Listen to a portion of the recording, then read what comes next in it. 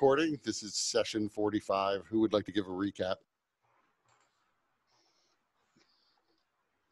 We made it to the prison. They don't trust us for some reason. Yeah, we made it to Starlock Prison. There were some dead bodies that were impaled that seemed to be wearing Imperial armor. And the dead bodies, there were other bodies that were impaled way back on the road. These bodies were mostly just laying around, but they had their faces torn off. Yes.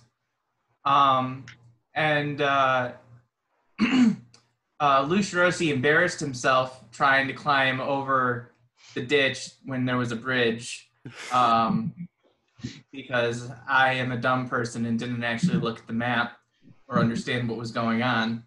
To be fair, I didn't mention the map was like vital and didn't actually describe it because I assumed you were looking at the map and could see the bridge. And then once we advanced to a certain point, the corpses started coming to life, and then there were some unknown people in the dark firing that seemed to be targeting Aurelia for some reason. And we finally got close enough to them to see that they were on atop some wall with a kind of moat type thing separating from the wall. Luce Rossi was able to fly up and start engaging them. And then T-Hole managed to teleport. Yeah, he used his cape of the mountebank to dimension door to the top of the wall, and basically grappled one of like the commander and threw them both of themselves over the wall into the ditch. Yeah. Surprising Luce Rossi once again with that sort of both recklessness, but also the sense of almost, dare Luce Rossi consider valor. And then once we dispatched with them, we encountered actual guards or some type of officers who were part of Starlock Prison. They didn't really trust us, obviously, because we're encroaching on their territory unannounced.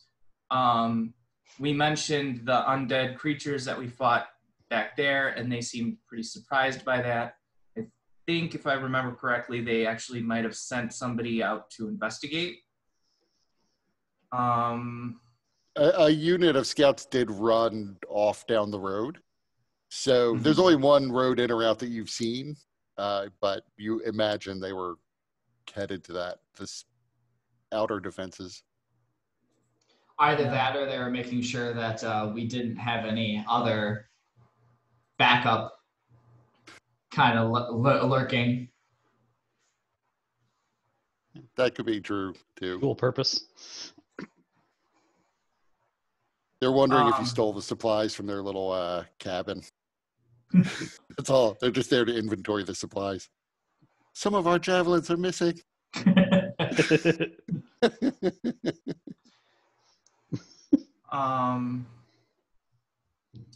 So, and then we tried to talk about how we might be able to get in touch with our companions, with Cato and Lochexicus and the rest of the Colossus and the Deadpools. And they mentioned that we have to speak to the Praefect about that. And it seems like we're facing the same old song as we did before with the elf, where they're looking for the wand of Eternity's doorstep. Yeah, Eternity's doorstep. And it seemed to hint at the way that they would be released as if we could provide that wand. That's kind of my memory. I don't exactly remember what we left off on. I remember. Well, we left off with the Corgi Vice. Yes. the Corgi Vice or the Kogi Vice, which are the Psionic Warriors. They came out and basically it was a volunteer basis of who wanted to put on the magic restraining, psionic restraining collars to go in and talk to the prefect. So and remove weapons and armor. So at least obvious weapons and armor. So Lucirosi, T-Hole, and Crick agreed to take the collar and shed any weapons or armor to go talk to and try to convince the prefect. Crick mostly so he could get out of the rain, being fire elemental. And Zarius and Aurelia retreated a couple miles down the road back to the barracks. No, they just set up a tent. Oh, you set up a tent? Okay. Yeah, because we're just right outside. We're watching over all your shit. Yeah. Yeah, you gave us all the stuff. Yeah, we're like trying they're to waiting stay for you to slimy leave. Rain. Waiting for you all to leave before they take your stuff and run. Yeah. Probably smart. And it was like, they're not gonna make it. Let's leave. Just take Mordenkainen and Spellbook and get as much money as you can for it. Zarius will just be like, "Hey, really? You didn't even know anybody who's a prisoner here, right? Because I don't give a shit about them. So let's just go. We could be rich. All we have to do is sell this rod of Lord Lamelight, and we'll live like kings." Yep.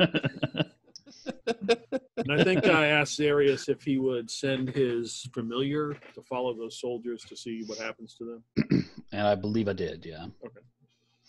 The ones that went down the hill, they don't appear to have like the crazy mask. No, they appear to be more normal Imperial scouts.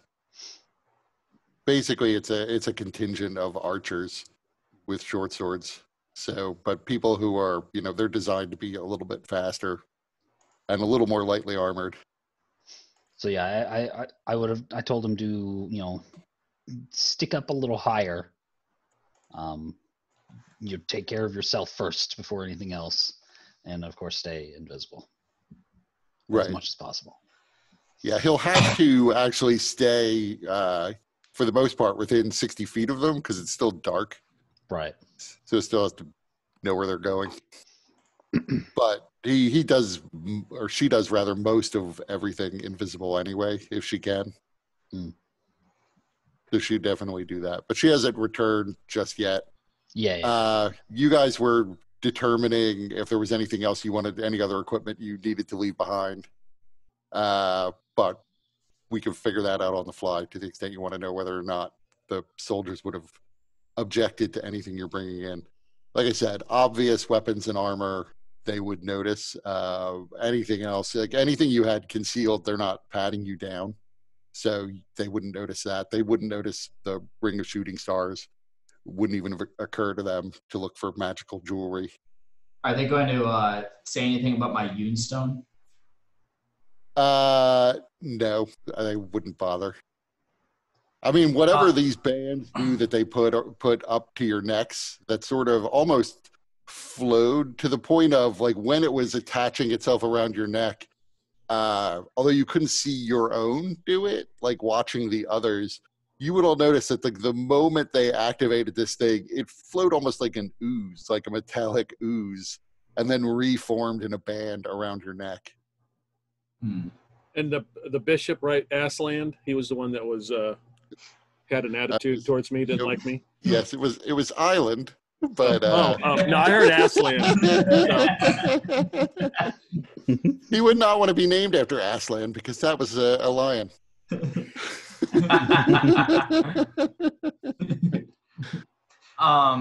Even though he probably wouldn't notice it, Lucirosi being really not incapable, but unwilling to lie or deceive, would have given up his ring.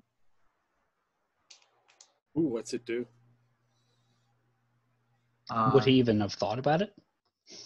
It's just like a ring. Like, what are you doing? Here's this stuff. All right, let's go. Yeah, he would have stopped. No, Hey, they said discard weapons and armor, and Lucirosi would consider it a weapon, and as you know, because he's upfront and honorable, and Ashros and everything, he would probably willingly put it aside with the rest of his gear.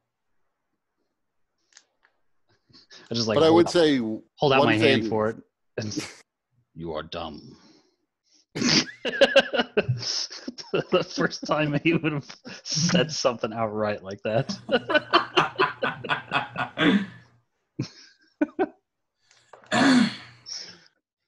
Just wait until you're inside and you feel yourself deattuned from it as Sarius puts it on.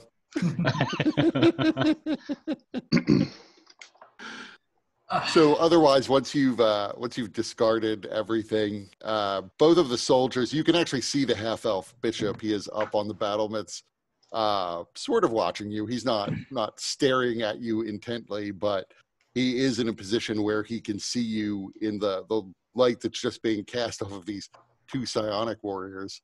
And he is occasionally sort of looking to see what's going on over in that direction. But these two warriors, the dwarf and the human, lead you in through the gates. The human actually takes a position at the gate, probably just to continue to guard it.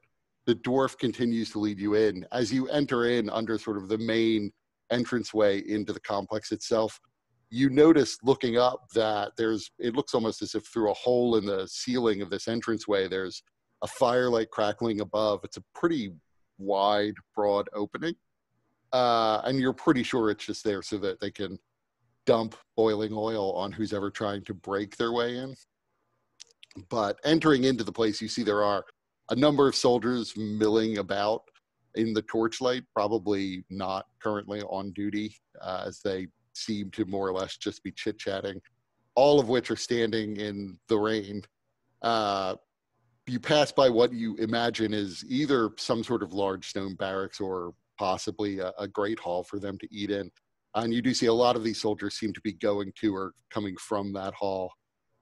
You're led around all of the battlements and around this hall to another series of gates. Two guards flank the gates and immediately snap to a greater attention when they see the light of the psionic warrior coming their way. As you're led there, the dwarf yells for them to raise the portcullis on the gate. And almost immediately you hear like a grinding and the gate starts to move but stops dead. The dwarf demands to know what the hell's going on, why the gate isn't rising, and there's a shout from the other side saying that the whole mechanism is presently jammed. So the dwarf wanders up to the gate and begins barking orders through it to clear the jam, and seems to be focusing on the gate and engaging in some sort of ritual. When one of the two soldiers who appears to be guarding the gate comes up and says, are you Lucirosi? Yes, I am. Wow. What are you doing out here? We are here to save our friends, to try to free them from the imprisonment that they currently face. I mean, you're wearing prisoner bands. Are you going into the prison? Our understanding is we have agreed to speak with the Praefect, and this was the condition of us being able to enter the prison to be able to do so. Well, that's more than we get. We don't ever see the Prefect. He was with us when we first got here, but we haven't seen him in probably 2 months since he left that prison. We're not allowed in there, and frankly, I'm glad. You should be warned. There's all sorts of creepy stuff that they've got housed in that prison. A lot of the rank and file people who go in, we don't see them again. Maybe that's where they're housed now. Maybe they're guarding prisoners, but, rumors. Well, hopefully that is not the fate that awaits us. We do have allies waiting for us back there. But I trust the the person that we spoke with to keep his word. Well, that makes one of us. Well, at least you're not completely bound up, so you've got that going for you. I hope for the best for you. Thank you. And at about that point, you begin to see there are tendrils of energy that are surrounding the dwarf and that are wrapping themselves around this iron portcullis. This portcullis is huge. It probably weighs, maybe a good portion of a ton, maybe a full ton. But you see just this band of forces lifting up this 1-ton portcullis, and you hear the mechanism grinding behind it. It's slow process. What is that though. person doing? They're spooks, all of them. These Coegivis, all crazy, crazy wizard types. I don't think I've seen such power before. At least not wielded in such a way. I'm not sure it's holy, and you're a holy warrior, so I would imagine you probably kill things like that usually. It's a sin that we use it in the military at all. Seeing that kind of that strength, does that seem surprising to T-Hole? I mean, you've not seen this sort of manifestation of it in that you can see these tendrils. You're used to psionic power usually being more invisible from what you remember of it. But, this is a reasonably impressive display of telekinetic power. But it's mostly just the weight. And he's not doing it particularly fast. Like, it took a ritual, like a minute and a half for him to spin this up to the point where he's making any progress. So, you've certainly in the ancient past seen more impressive displays than this, but it's reasonably impressive.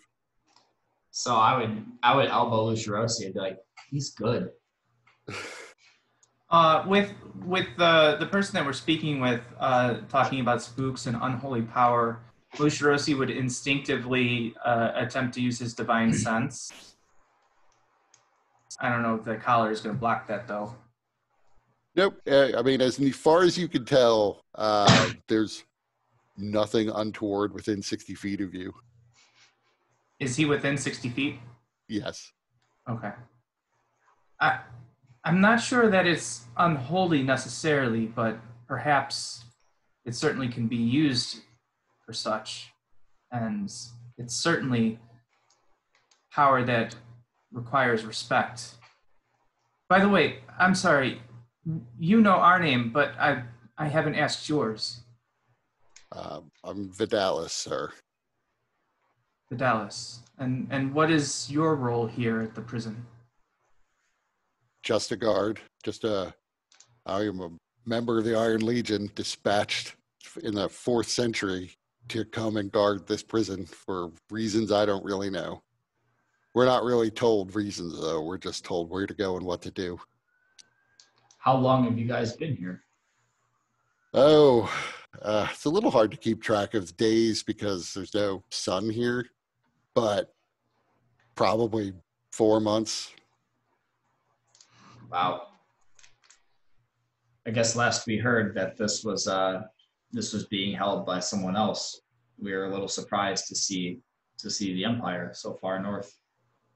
Well, the troops from Longspear that were here, if you want to call them troops, they were half dead by the time we got here. They had no provisions. The only water was this slimy rain, which I can tell you right now is not fit to drink. Yeah. So the wells here have mostly dried up. They didn't have any clerics with them to create water for them. That said, I'm not actually sure where they are. They may be there, I'm told, are private quarters within the prison, but they were all taken into the prison, and we haven't seen them since. As prisoners? No, they went in when the prefect took up residence there and replaced their commander. An order was sent out from their commander that they should all shelter inside. So far as anyone here knows, though, they haven't come outside since. Not that there's a lot to see unless you like darkness and rain. I don't suppose you have any notion of what drove you guys up here in the first place. You mean why we came to the prison? Yeah. No, sure the prefect does, but all I know is that we were told to come here. It is an impressive feat. Had to climb over the mountains to get here. And at that point, the gate is mostly raised, and the dwarf turns around and begins to scream at Vidalis. Are you addressing these prisoners? They're not manacled. I didn't think they were prisoners, sir. Yes, I must also interject. I did not believe that we were prisoners. Well, I would think that's for the prefect to decide. But semantics, I suppose. Fair enough, you're not technically prisoners.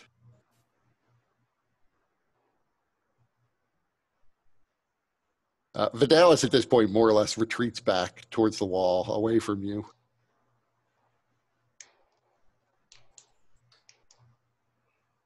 T-Hole, I think we need to keep our guard up. I was hopeful that perhaps we would be treated honorably, but perhaps that is not going to be the case. I feared as much. I was hoping we would come up with a better plan once we got inside. Just spontaneously, because necessity is the mother of invention. Aha, a plan. So on the far side of the gate, almost immediately, just walking through it, you can see this tower of smoke that is just abutting up right against the wall, right against the path, at least that this gate leads to. And you are led right around the corner of this pillar of smoke. It's about 90 feet on the side that you're on, maybe 100, 120, somewhere between there. Rounding the corner, you see there's a post with a lamp on it, and there is a beaten path that leads into the tower of smoke. It doesn't look like it's sort of an official path, but it's been trod upon so many times that all the grass there is dead. And with the rain and the dirt, it's clear that this must be the way in. The dwarf leads you up to the edge of the smoke and says, just go ahead and step through. Is the prefect inside? Yes. Well, I will lead you through the lower prison level to the prefect's administrator level, the first level above the ground level of this facility, whatever they call it. Do you not know what it is called? Starlock Prison, but I don't know what this smoke is. He says as he runs his hand through the edge of the smoke. All right. Lucirosi would follow the directive to go through. So stepping through, you almost sort of expected that, you would walk through this dense mist, blinded in it for a while, but it's not really like that. Almost immediately when you step through, you could see again, except that now you're seeing in torchlight, and there is another gate just 5 feet ahead of you. And you could see the glow of another Coergi V soldier on the far side of this gate, which swings open as you step through the fog. T-Hole, as you step through, almost immediately, the Yun stone falls out of the air. And I'm sure because you're a monk, you just snatch it back up before it hits the ground. Yeah, I just kind of catch it, and I'll put it in my pocket.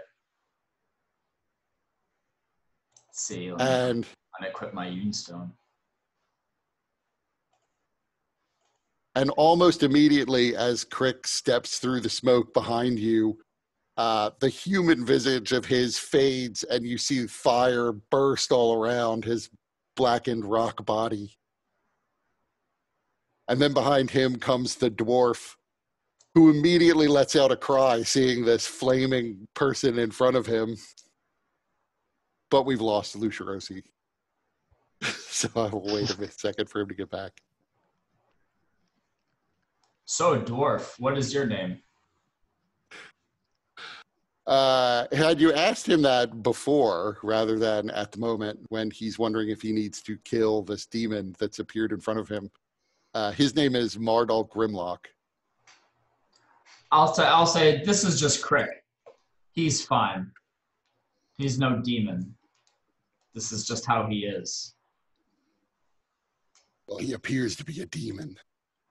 Have you ever seen a demon before? I have seen demons before. This is not a demon. Have you seen demons before? Because this looks like a demon. I have killed many of them. Countless. In storybooks, maybe. Yeah, have you seen our comic? Well, I won't try to convince you because there's nothing I could say that would, but trust me when I say I know what a demon looks like.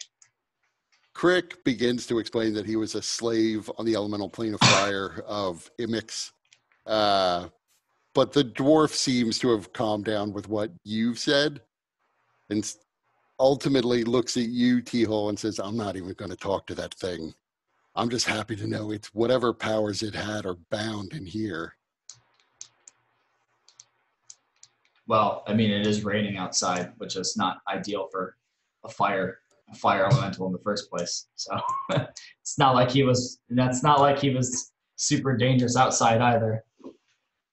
Well, whatever unholy magic he might have tried to use on the prefect, if that was your plan, it'll probably kill your friend to try to use it.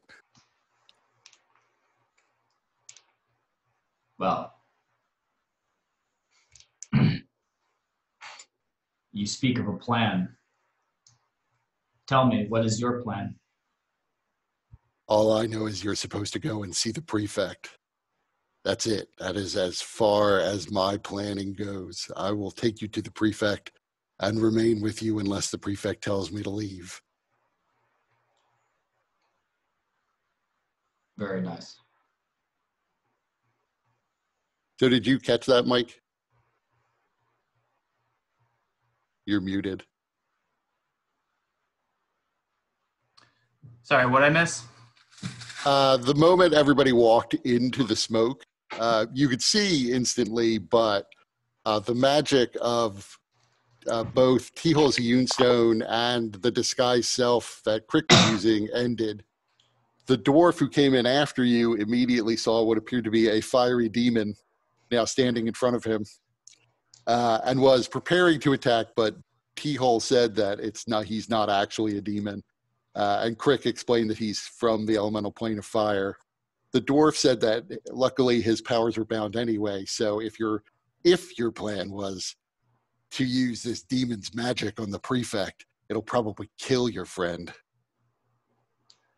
At that point, I would just iterate, I am a servant of Asheros. I would not willingly associate with demons or devils. Well, you wear the right armor, but rumors are that people in the church have been consorting with demons and devils. There's a lot of rumors going around. You should be careful to which ones you listen to. I'll keep my own counsel if you don't mind. Now, I'm sorry, but quickly, what rumors have you heard about those within the church cavorting with the corrupted demons and devils? It's well known that the church has been more or less corrupted since it broke its allegiance to the emperor a century ago. That some of you seek power by any means necessary is hardly surprising. But there are all sorts of rumors of priests going rogue and joining cults of various demon lords, especially now that those cults are gaining power. Unfortunately, I have seen the corruption of one of my peers in this manner, but I can assure you that that does not represent all within the church. Well, there are plenty of demons to keep you company if you're happy with that, he says, poking at Crick. Now, continue on down the hall. I will direct you as we go. Walking in, the place is actually, I don't know what you were expecting in terms of what this prison would look like, but it's pretty dingy. Certainly this level is pretty dingy. There's no light whatsoever other than torchlight here and there. They appear to be, most of the place appears to be pretty damp. So there's hay scattered all over the place just to absorb some of the moisture that accumulates in spots on the floor. It's an extensive number of torches, so many that you feel like they have to be magical. And walking closer to them, you do realize there's no heat coming off of them. So they must all be clerical magic. But walking through, there's another Coegivis soldier that's manning the front gate. And you can see the telltale light of this power of theirs seems to emanate from two side hallways, down each of which you see what appear to be rows of cells, each about 20 feet apart. There's another large gate in front of you that seems to then immediately enter into a hallway, and he leads you through there. You walk past several guards as you go into this main hallway. Down one end, you can see what looks like in a cell far away, a tiger-headed man sort of leans lazily up against the bars of a cell. A very large, probably, you're guessing because of the distance, but 15-foot long tiger stands beside him and gives out a roar. In the other direction, you can see that the hallway doesn't actually end in a cell, but there's a turn in it, and there's a Coegivis soldier who seems to be standing next to a very large bell. And you are directed to head down that way. Turning then up another hallway, you can see there were just rows and rows of cells. Walking past the first one, you see there's a little ginger halfling who's standing up against the gate, whose little arms are like reaching out for you, but he's much too far away to make contact. And he's like, "Please, you gotta help me. There's this thing in here and it eats brains. It's killed everyone else. I think it's just saving me for a snack for later." And the dwarf directs you to ignore him and continue on, and pushes you along, Crick coming up behind you. And you continue to hear the halfling as he says, "Please, I used to be a priest of Asheros." But the dwarf is not broking any delay, so pushes you past him. Further up the cell, you can see it is quite a menagerie in here. Off to the far side, the opposite side from where the halfling is, there's a room that appears to be like a torture chamber. It is not uncommon for prisons to try to get confessions out of people by inflicting pain on them. So it is probably for that purpose. But there are a number, it's a pretty gory sight in there. So, and there do seem to be some bodies that are laying on tables in there, not moving at the moment, but chained up. You're pushed further down the hall and eventually are led into a large room. There's another tiger-headed man in a cage in the corner, not exactly a cell. It looks more like it's maybe a temporary holding cell. It is standing with its arms crossed, kind of glaring outward from the far corner. But you are then led up a set of spiral stairs that go up into the ceiling.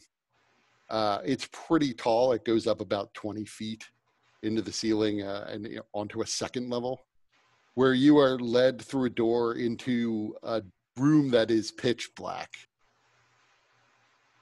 The dwarfs. Yep. Since we've now seen two tiger-headed creatures, I'm wondering if Lucia Rossi would have heard of such a thing or seen anything like that before. Make me a religion check.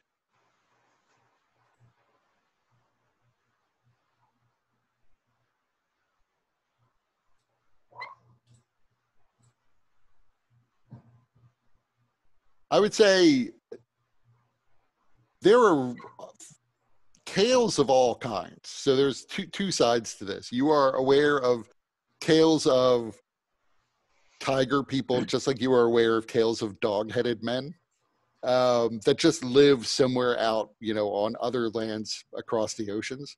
You, however, you more know of tiger-headed devils, Rakshasa, Yeah. that live in the hells.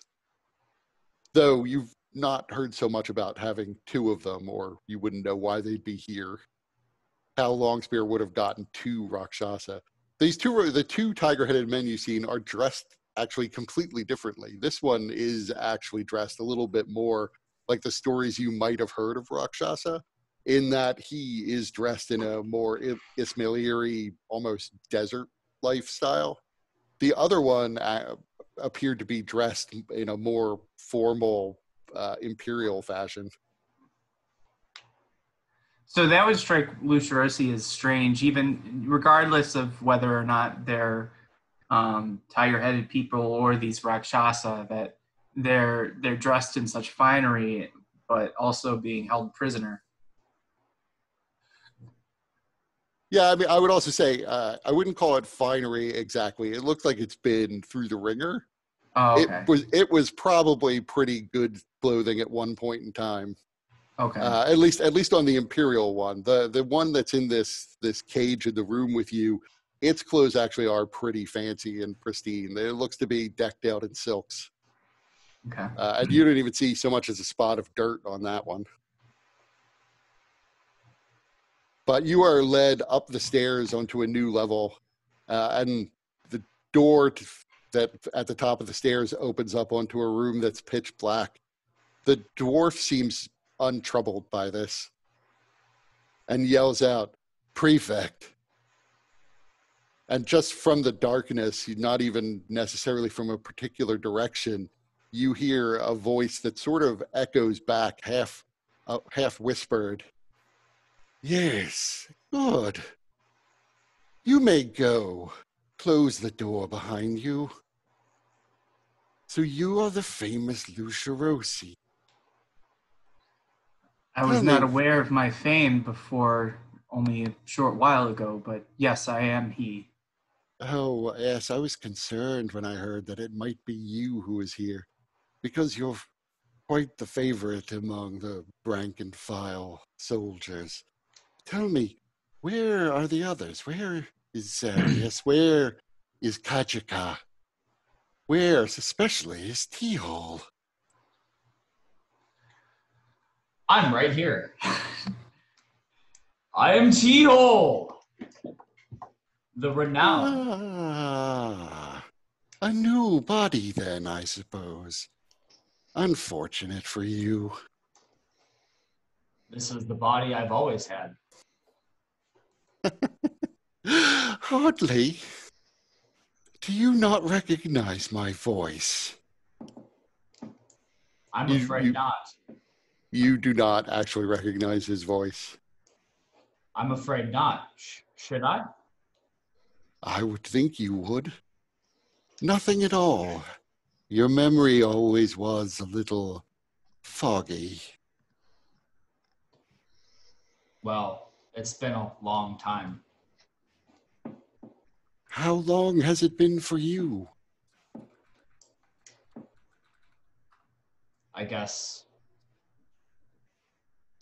that depends on what my perception of time is compared to yours. A very T-hole answer, I suppose. It is you after all. My apologies, Prefect. But we have come with some business. It is our understanding that several of our associates, some of them very dear to us, have been taken into the custody of Starlock Prison. Yes, we can talk about that in a second. But first, I am Ptolemus Severus Teolus. Does that ring any bells, T-hole? Severus.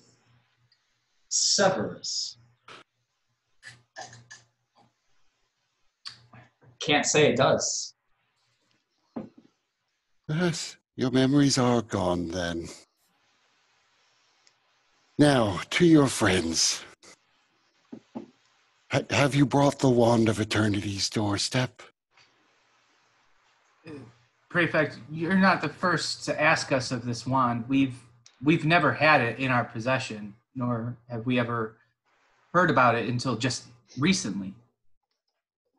That's very unfortunate for you and your friends, as it means you have nothing to trade that is worth absolving them of their crimes, to the extent that is possible, of course. I'm sorry, Prefect, once again, meaning no disrespect, but what were their crimes? Well, for the bulk of them, it's nothing much more than possible espionage and trespassing in a royal palace at a time of war, in the same palace where the king was residing, and so therefore there was always the possibility that it was all part of a ploy to assassinate him. But, of course, the one I assume you're most interested in had the unfortunate, made the unfortunate decision, I should say, to confess to murdering a guard in an escape attempt. The escape attempt itself, you realize, is usually grounds for execution, but killing a guard during one is definitely grounds. And which of our companions confessed to this crime? Oh, Cato Agrippa, of course, confessed to it. No. Did he confess to it willingly? Of course. No, that's not Cato. He would not have done so unless it was out of self-defense. He would never. If it makes you feel better, I strongly suspect that one of the others murdered the guard, and Cato merely confessed to it. In any event, his confession is on record. Now, I would personally be willing to expunge the record, but in his case, it would be more difficult than it would be for the others. And without the wand, you have nothing to offer that would make that a worthwhile endeavor. Severus. Oh, go ahead, Teal. From whom have you heard that we have this wand? Well, to be fair, no one knows that you have the wand. What we know is that you were in the place where it was being stored. How do you know it was being stored in that place? Because a very ancient researcher has been looking for it and seeking information regarding it. And in the course of his inquiries into the wand, we have learned much about it. Plus, we have certain resources that even he doesn't have access to. Once we were aware that the wand had potentially been rediscovered or clues to its whereabouts rediscovered, it was an easy matter to dredge up additional long-forgotten secrets. Prefect, I have to say, we did hear of this wand while we were within the manor, but the individual that spoke of it, he said that he was still searching for it, and he left the manor. Well, no doubt you're speaking of Bucknerd, who is the researcher from whom we learned that the wand may have been rediscovered. I would suggest you scurry on back to the manor and look for it. You go Certainly, to the manor. Prefect. There's... Oh, what was that? He said you go to the manor and look for it. Yeah. To which the prefect responds, my understanding is that you alone hold the secrets for getting into this manor. Many others have tried. Our resources couldn't discover the method of getting in, which is unusual as our resources are vast. Prefect, we searched that manor high and low. We saw no evidence of such an item. Well, luckily, at least, your legendarily capable. So, if anyone is going to recover the wand and deliver it, I imagine the Colossus and the Deadpools are the ideal adventurers to hire.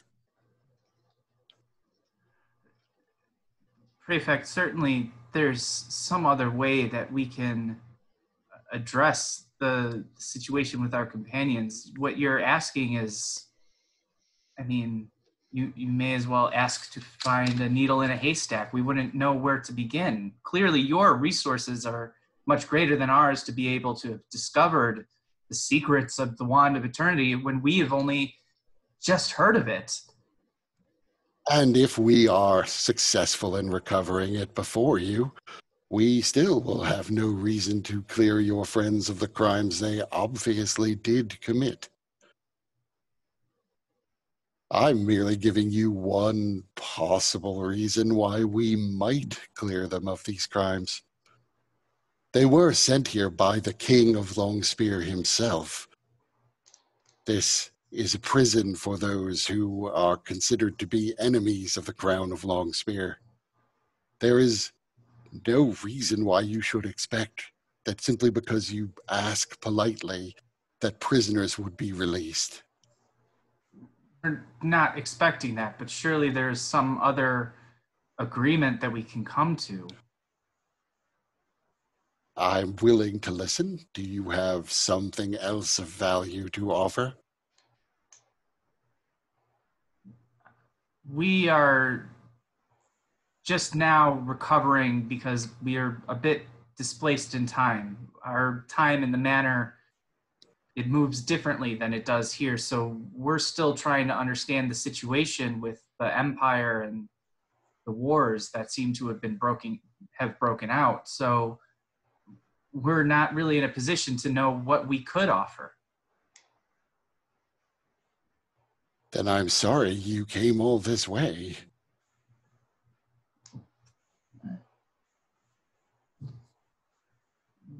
Might I ask, I understand that the Wand of Eternity's Door is a powerful weapon, potentially. Is there some other reason that is being sought? We're not even sure what it does. Well, there are many tales about what it may or may not do. I wouldn't call it a weapon per se, as I understand it, but it is an object of great power, and any power can be turned destructive if that's the way one wishes to use it. How the Empire would use it is, well, beyond what I should even speculate about. All I know is that between Longspear, the churches, and the Empire, we wish to obtain this item before our enemies can. Are you seeking to unmake the world? Hardly that. The world will continue on as it always has, with whatever changes I suppose would naturally come about.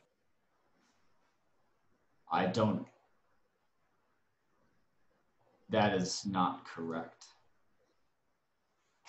To search for the wand, to dredge it up, would unmake the world.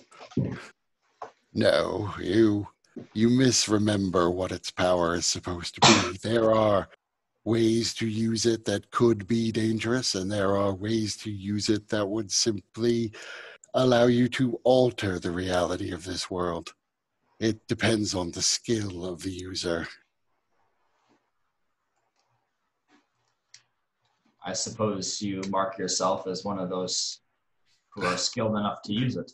Me, no, but I answer to powers greater than myself, who would be able to. Such as? Powers the likes of which you should be able to remember but can't. And since you don't serve them clearly, they are not to be named in your presence.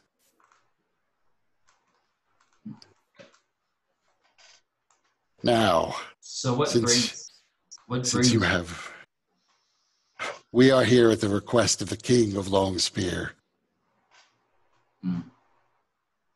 To guard the prisoners. Yes, and to hold this fortress. in hopes that you will be able to deliver the wand.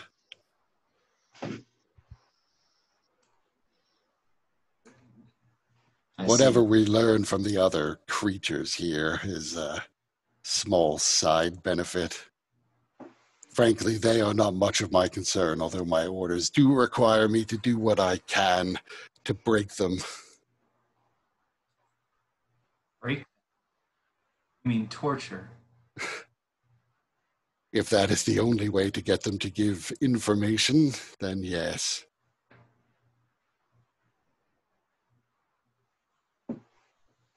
I'm sorry we disappointed you by not having any information or whereabouts or knowledge of the wand. I'm sorry, but I must speak up. We have done our best to be polite and show respect, but you are outright saying that you are torturing our companions and you expect us to find a wand? What? No, nothing like that. Well, Cato is perhaps a little the worse for wear, given that he's a murderer, but most of them are fine. We don't need information from them.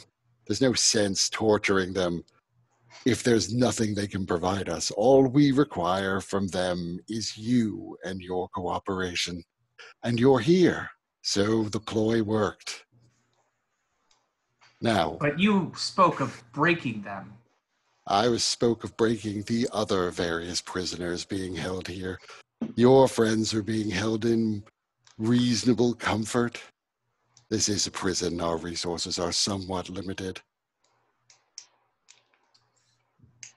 If you expect us to take on this quest, to search for this wand, we would need to have proof that our friends are actually here and well. You have said that they are here, but we have no reason to believe it. Oh, that's a fair enough request, I suppose. If you return down, the dwarf should be waiting at the base of the stairs. I will bring down one of your companions. You may speak to them briefly.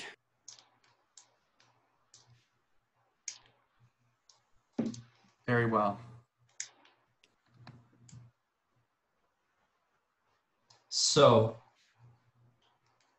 jog my memory. When did we last meet? Oh, it would have been about 1,300 years ago now. Same body? No, you were very different then. Although I expected you to be in that frail old man form from the books. How many bodies have you been in since, well, you don't remember when we met, I suppose. You probably don't remember all of your intervening forms. I only know of the form that I am now. I've always been this way. There are so many others who would like to have this opportunity, who probably, like me, would be disappointed to find that you don't remember us.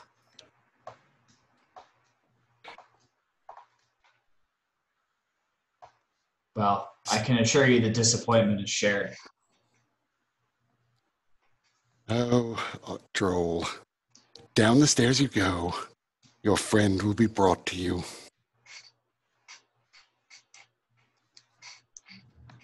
Lucirosi turns and goes.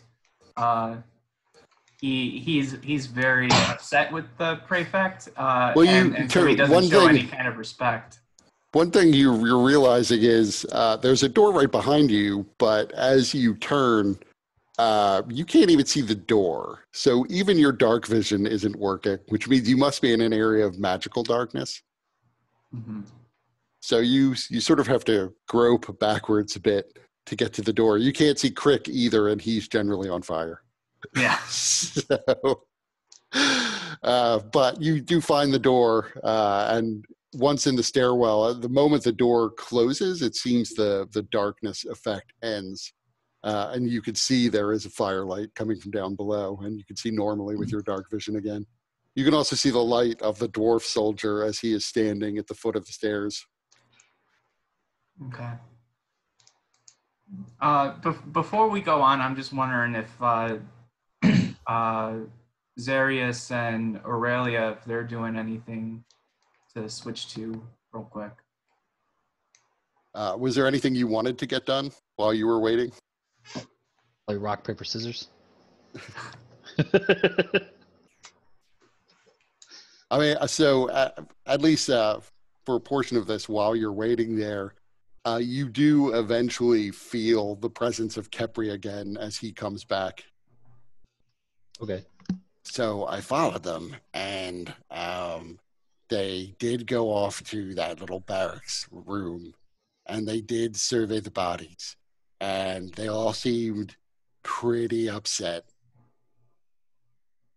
Sure. Did you catch anything they said?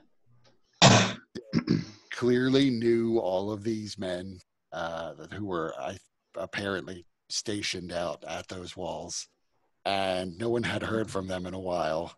So they were pretty certain that maybe they had been killed, but they didn't think that they had been, changed into undead monsters. But the evidence was pretty clear that they, at least the three whites, were undead monsters. At least they were found. They also said that they were sent out there to man those walls only about a week ago to replace the prior group that was sent there, who also disappeared. Disappeared. Very good. Return as fast as you can. Yeah, he would have to be pretty close to you. Pretty close, yeah, actually, yeah. So he was flying back after that. You could still, peeking out of the tent, see Bishop Ayland up ahead. You don't see anyone else coming to or from the prison, though. Like those guards now have all kind of taken up positions guarding those outer walls. So they according to Kepri, they didn't look like they were coming back anytime soon. So he just flew back. Okay. Are there any more guards out here with us? Not at the base of the wall. Up on the wall, you can see occasionally someone will pass sort of close enough to the edge of the wall, to the battlements, that you can see them between the crenellations. You can still see, like, right above you, framed in torchlight, is Bishop Ayland and one other guard who he seems to be periodically talking to. But, it's even if you could read lips, it's too dark up there to make out exactly what's being said and too far away. I actually can read lips, but yeah, that's fine. But he doesn't seem to be paying quite as much attention to you anymore now because you're kind of out of the range of their torchlight, as they have more magical torches set up at the base of the walls of this place. But he is still there in the same basic position as he was when the two psychic warriors were with you. Okay. And so I would, since they know we're here, I would probably have pulled out my torch. Then he might glance in your direction every now and then, but he does, from your passive insight, it doesn't seem like he's focused on you. Right. It seems like he is just manning a post along the wall. Okay. This seems like an odd thing for a bishop to be doing.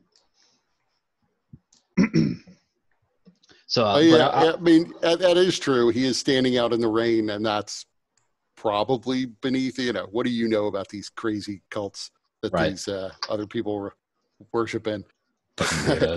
Yeah, it is probably unusual for him to be the one standing out in the rain. But how many men are left? He seems to have a different sort of ceremonial garb compared to everybody else, so he stands out. Yes. Because I don't think I've seen the guy. He was talking to us before, right? From the top of the wall, yes. Yeah. I mean, you can definitely see that, like, just from his raiment, he is wearing priest's robes or bishop's robes over armor. So, you are definitely sure that he's a religious type of some sort. Right. So once I've gotten that sort of news, I guess I'll tell Aurelia, just because she's the only one that's here. Seems the previous guards posted at that outpost also disappeared. Well, that's not good. And they just sent more out there? Yes. Perhaps we should get answers from the robed one up there. She just kind of peeks out from the tent, avoiding the rain. I don't think he's going to say much.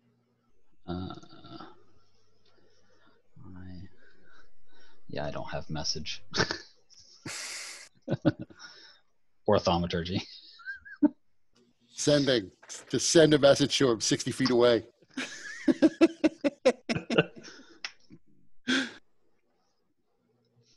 I mean, I think Xerius would let Aurelia use the tent for the most part, and he'll, kind of be outside of it. Just because he would probably take up most of the space in the tent. I imagine a two-person tent probably has, it's reasonably large, and Aurelia is not the biggest person, so it's probably it's a little bigger. Like, I imagine you can sort of hunch over standing up in it, as opposed to like a pup tent where you kind of have to crawl in and crawl out. You and Aurelia are having a conversation like in each other's faces.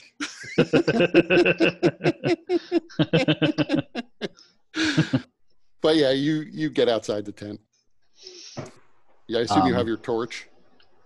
Yeah, probably. Then you would definitely sense, once you're outside the tent with the torch, you don't know what he makes of you, but you're definitely drawing more attention from the two people you can see atop the walls. So I'll just call up. How would I word it? I must speak with you. And the bishop leans into the battlements a bit between two of the crenellations and says, "With me, you would be Xarius, I presume?" Yes. What would you speak with me about, Dragonkin? I would speak, not yell. Very well. You can meet me at the front gate. And you hear he yells out that one of the adventurers is approaching the front gate. And you hear there's like a chain of shouts inside to relay the message along and make sure it's heard. So walking around the corner of the corner tower of the prison, you do see there is an L-shaped gate. There is one of the psychic warriors who is now standing outside. One of the human that you saw previously is standing outside it. You don't actually see anyone else there, but you do notice as you're walking that there are arrow slits in the walls just along the side of the path. So probably they could, probably there so they could take people out. Are you taking, I assume you're taking your familiar?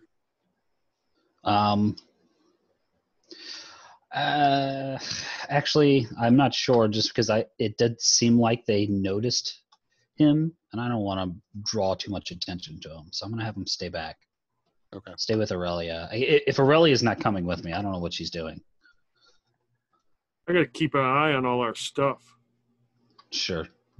I'm going to have, so I'll have Kepri stay with Aurelia. Okay. So I'll just have him hop into the tent and become visible. So we split the party twice. So are you inside now, like in a doorway, or can I see you? No, not from the tent. He would be about where you spoke with the bishop. So kind of just outside the archway that leads inside. Okay. So in a minute or two after you arrive at the gate, the internal gate opens up, and the bishop and another dwarf come out. The other dwarf just appears to be a regular soldier, near as you could tell, probably a centurion from the horsehair piece on the helmet. But the bishop comes up to you.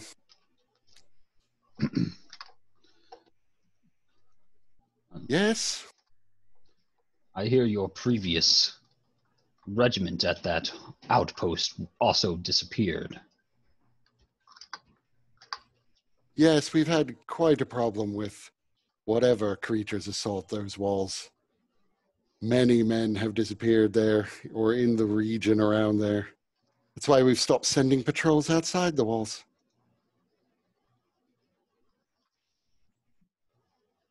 Well, that was a lovely chat. You have not determined the cause of this disappearance. We assume it to be either members of the Morsus or any of the various dangerous creatures that are said to stalk these mountains. What if it is something more? More than monsters? Something more organized. The undead we fought, while weak, they were being commanded.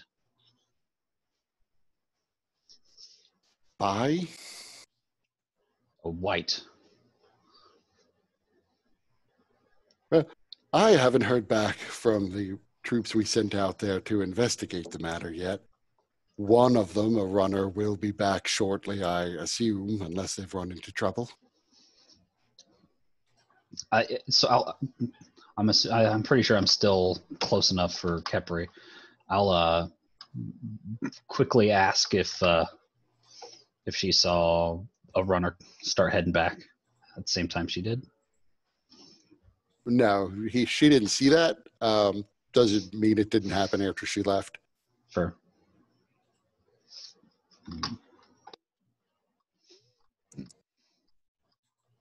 Very well. Who do you imagine might have been in control?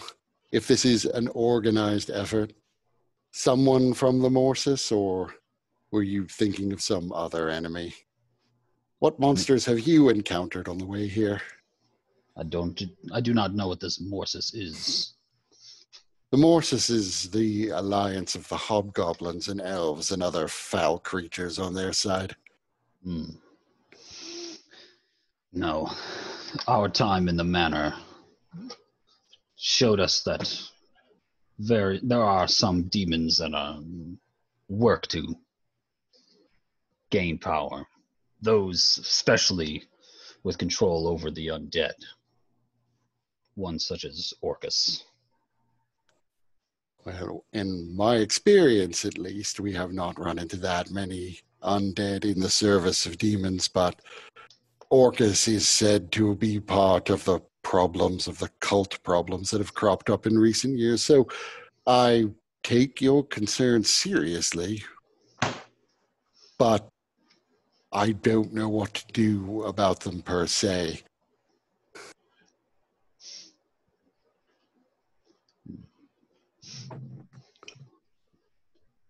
Make sure your superiors know then. It is possible that there are just undead stalking these mountains. This prison itself is quite ancient. There are other ruins in the region that are also equally ancient, but now unmanned. Possibly some foul, undead creature from one of them attacked the garrison, possibly even converting them into undead. Can I do perhaps an insight for just seeing if he's not revealing as much as... I would say just passive insight alone, you're certain he's not revealing everything he knows, but you could do an insight check to learn more. Technically, this is a +1 because of the horn, but I can't add that in, so... You are 100% sure that, first of all, he is more disturbed by the possibility that you've raised that it could be demons than he is letting on. And you're sure that he's had more problems with undead than just this. So he is purposefully trying to downplay the problematic nature of this. Yeah, so it's you also get the sense, though, of... that he doesn't necessarily, like, it's not like them being undead is part of his plan, but there's something bothering him about this that he's not willing to talk to you about. Right. So I guess getting that sort of read, I'll just say, since you cannot do anything, make sure those who can know. Be useful. And I'll just turn to walk away. You too. Turns and walks away. Toodles. I cannot abide useless people. Is Aurelia doing anything while you're waiting? I just was looking at the tent just to see if I spot him. Like I said, there are torches around the base of these towers. So yeah, you see him walking around again. And he has his own torch, of course. Okay. So back inside the prison, you're waiting for probably about 10 minutes. When you hear the door above open and footsteps, you see there is the light of another Coegi Vis soldier that's pushing a form in the shadows down the stairs. And with dark vision and the light of this thing, you can see pretty quickly it is the outline of Lokexicus. Although she's actually in pretty nice clothing. It doesn't look like it's all that messed up at all. She is normally much more heavily covered than this. She normally wears like a heavy coat almost all the time. She's not wearing that, but her clothing is still pretty expensive looking and like I said, in good condition. And coming down, she's not shackled or anything. She has the same sort of anti-magical band around her neck. But coming down the stairs, she's kind of like just sort of drudging her way forward until she sees all of you in the torchlight below. And then she perks up and quickens her step and runs down. And Lucia Rossi, make a grapple check with me because she's going to try to grapple you. Okay. In a loving way. Lucia Rossi, you son of a bitch. She got a 20. So, beat a 20. So, she flings herself. It's almost like she's managed to initiate a reverse grapple because she sort of jumps into the air and just wraps her legs and arms around you. So you can move. She couldn't move you at all, but she's like, my buttercup! And she is now draped over you. I am so glad you have come to save us all. I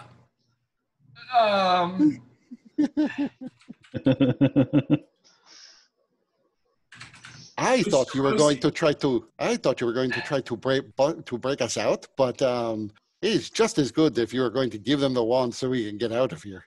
This place is boring. Lokexicus, we do not have the wand. What? Well, have you some other plan to get us out of here? We're working on that, but we talked to the Prefect. Praefect. We spoke to the Praefect and we convinced him to let us speak with one of you just to make sure that you're okay. I do not trust the Prefect. But we are mostly okay. We have not seen Kato in a very long time, though. He's not with you? No, the rest of us are living on the top level, right below the roof. The roof has creatures on it. I don't know if you would know what they are, but they are like giant deer-headed eagles that just roost up there. Basically, they leave the roof open because they know with these damn double collars on, we cannot cast spells, so we'd just be eaten by the deer creatures and couldn't fly away anyway. But yes, they took Kato away. There was a little attempt to try to break out of here, and things did not go well, mostly because Kato narked us out.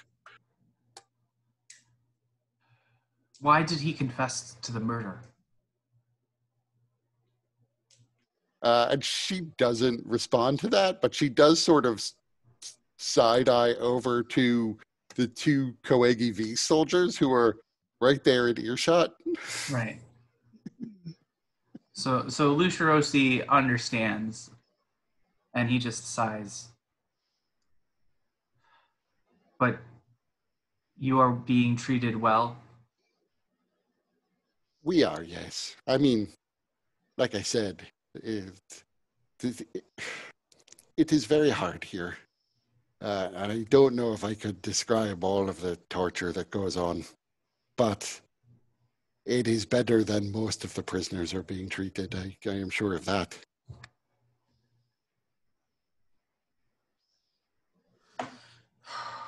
T-Hole, do you have anything to say?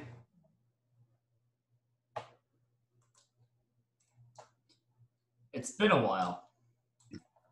She actually, she's still draped around him, in the air. So she sort of is just looking over his shoulder at T-Hole. And as Lucirosi turns to address you, her head just sort of cranes around. That is not T-Hole. Of course I am. Perhaps not, but it refers to itself as T-Hole. She sort of jumps down and comes over. And first she just pinches your cheek a little bit. But that slowly morphs into she is just rubbing her hands all over. Is this a mask? No, this is my face.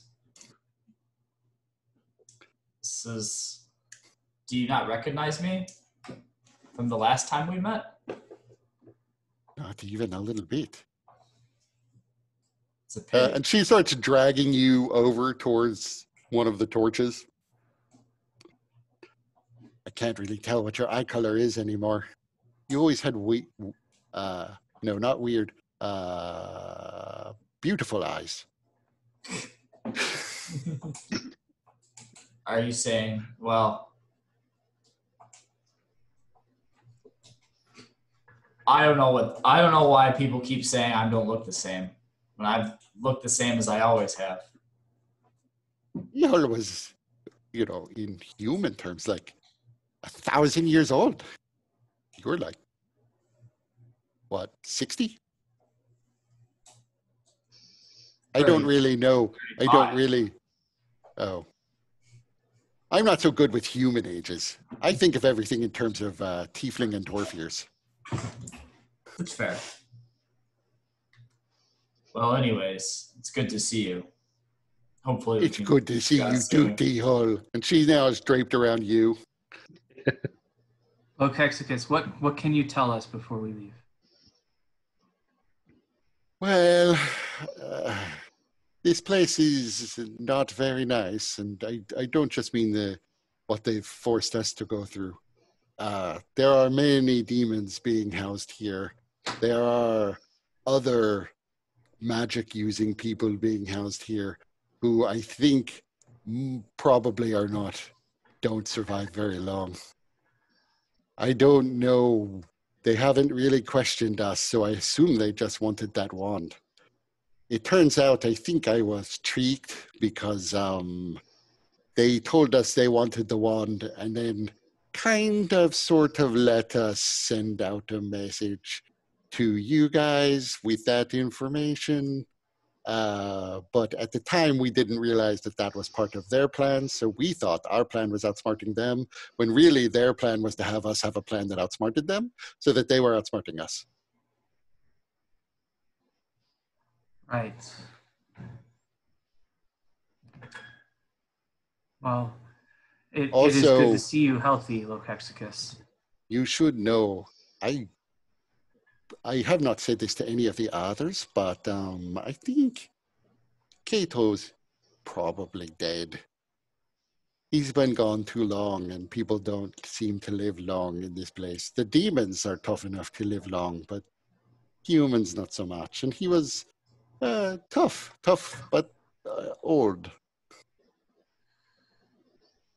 At this, Lucia Rossi bristles, and he immediately turns to the dwarf, Corgi, and says, I have one more thing to say to the Praefect if he expects us to find this wand.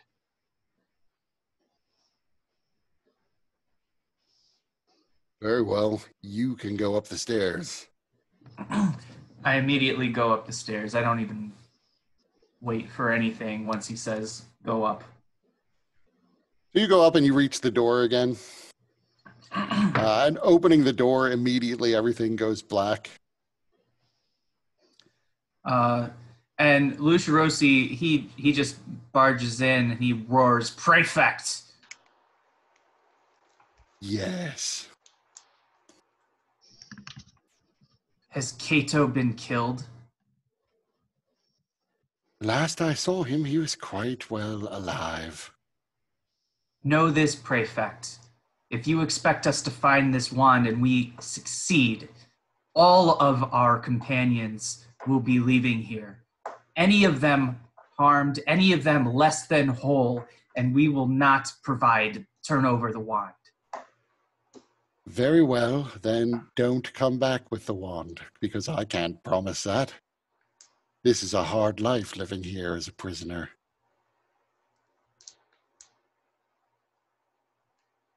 Really? You expect us to find a wand for you to use in this conflict, and you cannot even provide us with something that a guarantee that we would even get what we seek for it? What kind of business is this? It's the business that is done in an imperfect world, Paladin. And what if we were to find the wand and give it to your enemies? What then? What stops us from giving the wand to somebody else, or even using it against you? Well, first of all, although I'm sure you're quite capable, and you have a better than average chance of finding the wand relative to most people in your line of work, I don't think you're powerful enough to use the wand.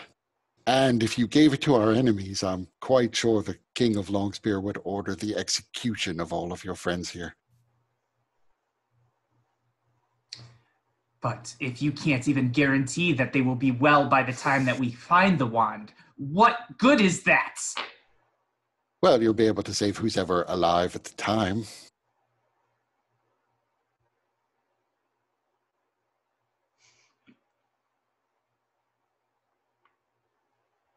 As I said, I'm merely offering you a way to free criminals from their incarceration. I'm not actually myself invested in your accepting it. As you suggested, we have our own operatives out there looking for the wand independently. I just suspect that you know more about it, having been in the manor, than we do, and may have more of a lead on its whereabouts than us.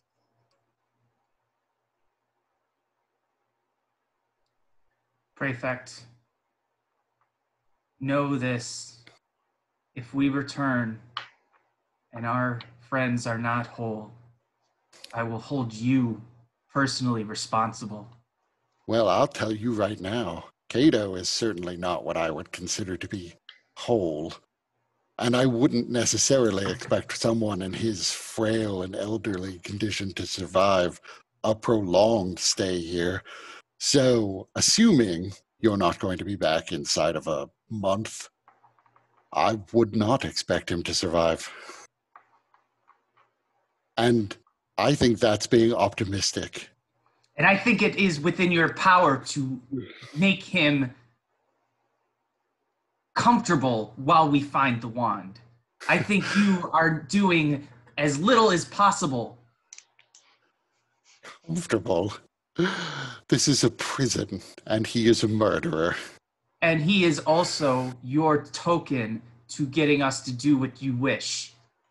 And he is also a favorite of a certain someone here who I will not bother trying to name to you. The name would be nothing. Like I said, I was being optimistic. I suggest you hurry.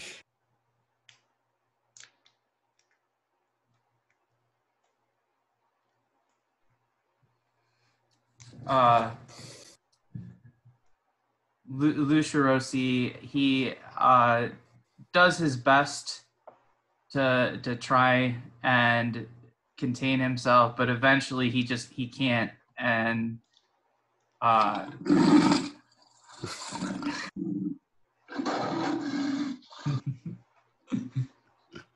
Very and then fierce. he turns and leaves.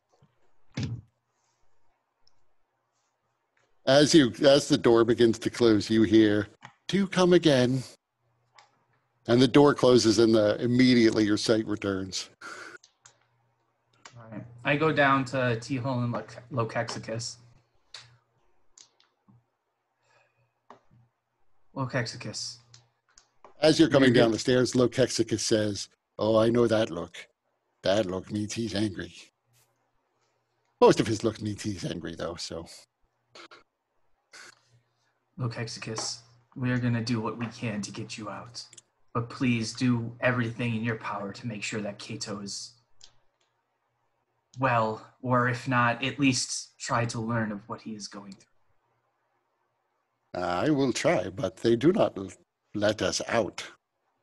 They separated him from us after our most recent escape attempt.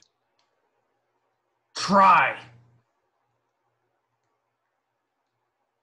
Sorry, I do not mean to direct that at you, but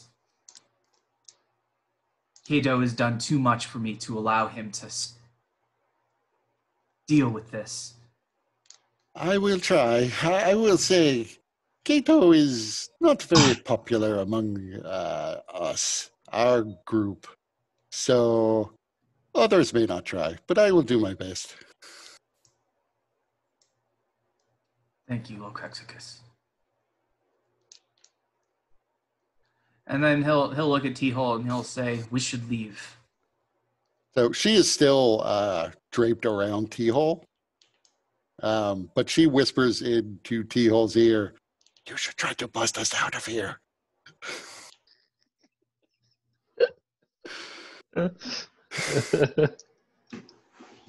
I will do what I can. And I'm like trying to like peel her arms like off of me. I mean, if you're actually trying to peel her arms off one by one, that's going to be hard because every time you let go of an arm, the other it will snake back around. Had a bad experience with a dwarf the other day.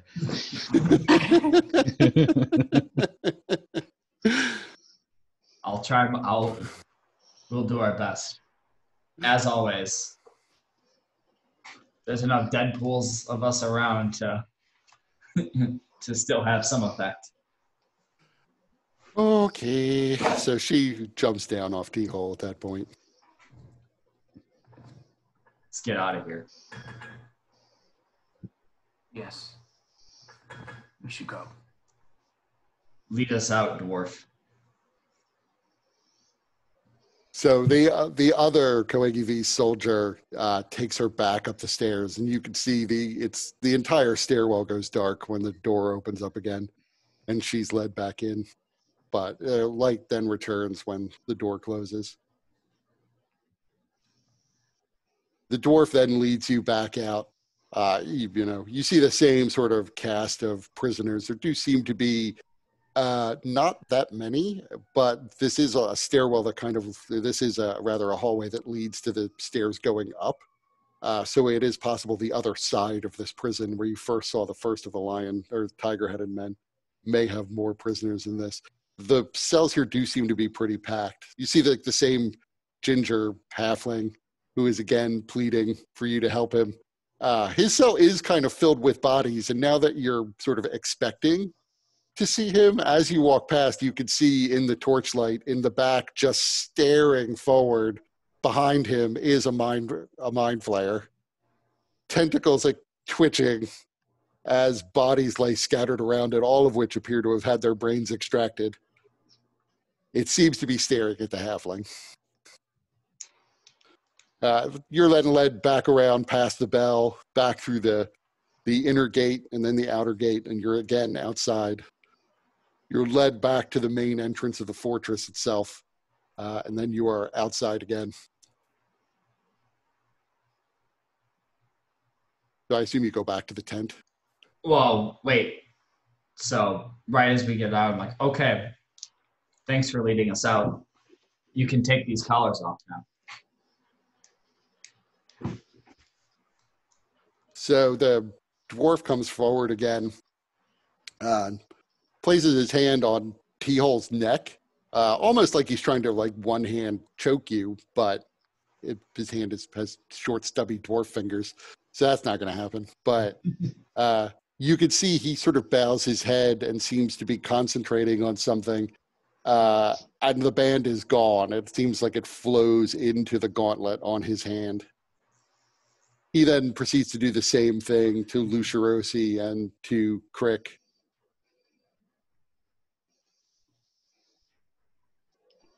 Thank you. It is most appreciated. Are Zarius and Aurelia nearby now? Yeah, you're outside the fortress again. Yeah, so then I would head back to the tent. I just wanted to make sure we had our... As we head back to the tent, Lucerosi starts putting his gear on very angrily, and he at one point throws his breastplate down from his splint mail, and he just lets loose.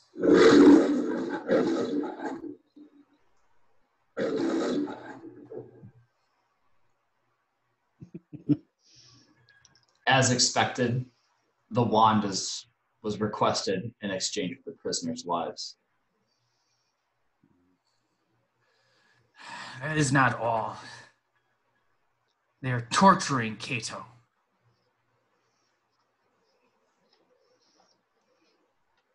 Did you get a good look of the inside? I think it is not safe to speak this close. We must get a little bit further.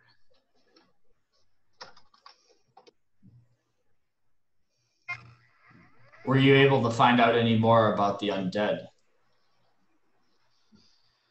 It is unclear whether it is about the undead, but they have had others disappeared at that outpost before. At about this time, you do see there is a soldier running up the road towards the fortress again, but only one.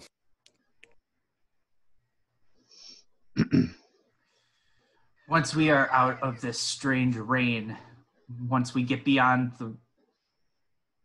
from under it, that is when I think we'll be safe to speak. My concern is that the forces of Orcus are convening in the area.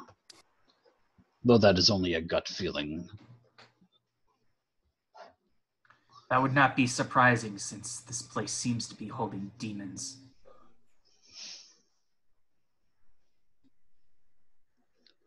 We'll have to be extra careful to get out then. I don't think it's safe to stay nearby.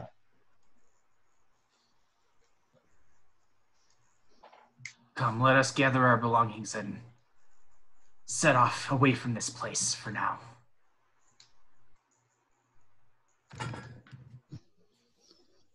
So which way do you, how do you want to get out of here? The road or mountain climbing? Probably the road. The road. Yeah, that's a pretty safe bet, the road. So you set off down the road again. Within 2 miles, you come back to that set of double walls. The walls are now manned. Both the inner and outer wall appear to be manned by 9 soldiers. it does appear as though the bodies have been collected of the zombies and whites. Even the halfling zombie appears to have been fished out of that pit and slain. They've all been stacked up. The road is not. There is some mud in the pit. The road itself, though, is there's a shallow layer of soil, but you couldn't bury anything in this without digging through rock. So it looks as if they can't actually bury them right now. So they're just keeping them off to the side between the two walls. But walking through the gates again, which they freely open for you, you set off down the road again. It's probably a full day's travel to get out from under the rain and the clouds, though.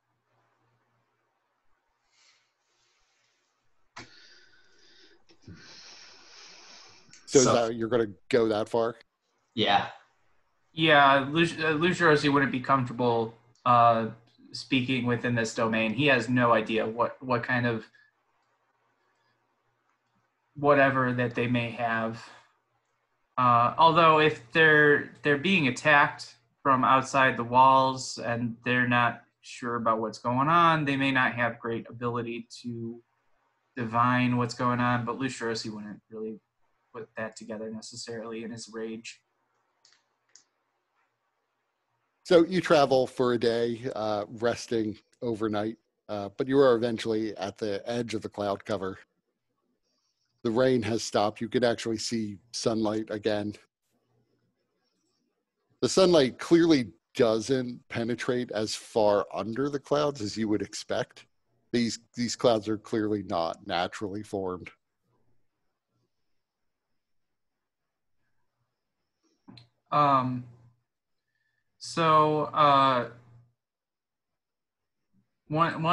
Once we're outside of the clouds and everything, Lucirosi would say, we need to get our friends out of here. There's something off about that place. Not only does it hold demons, but there's something about the Praefect that I don't trust. And in the manner I had a gift of prophecy provided to me, and in that it suggested that we need to break that prison.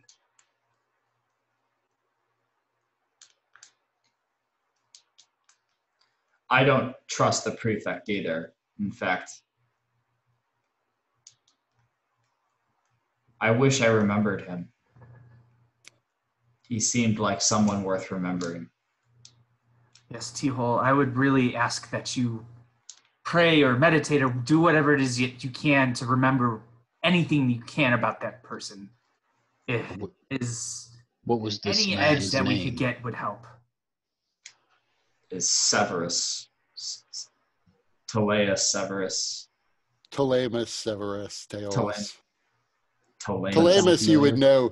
Telemus is, there have been several emperors named Telemus, so people do get named that.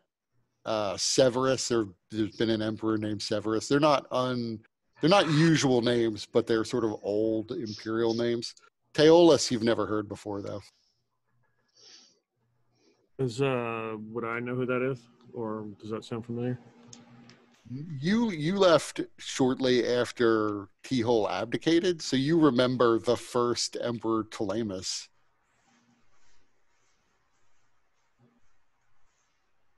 Back when you were there, that was an unusual name. Like, he was the first person probably anybody knew by that name.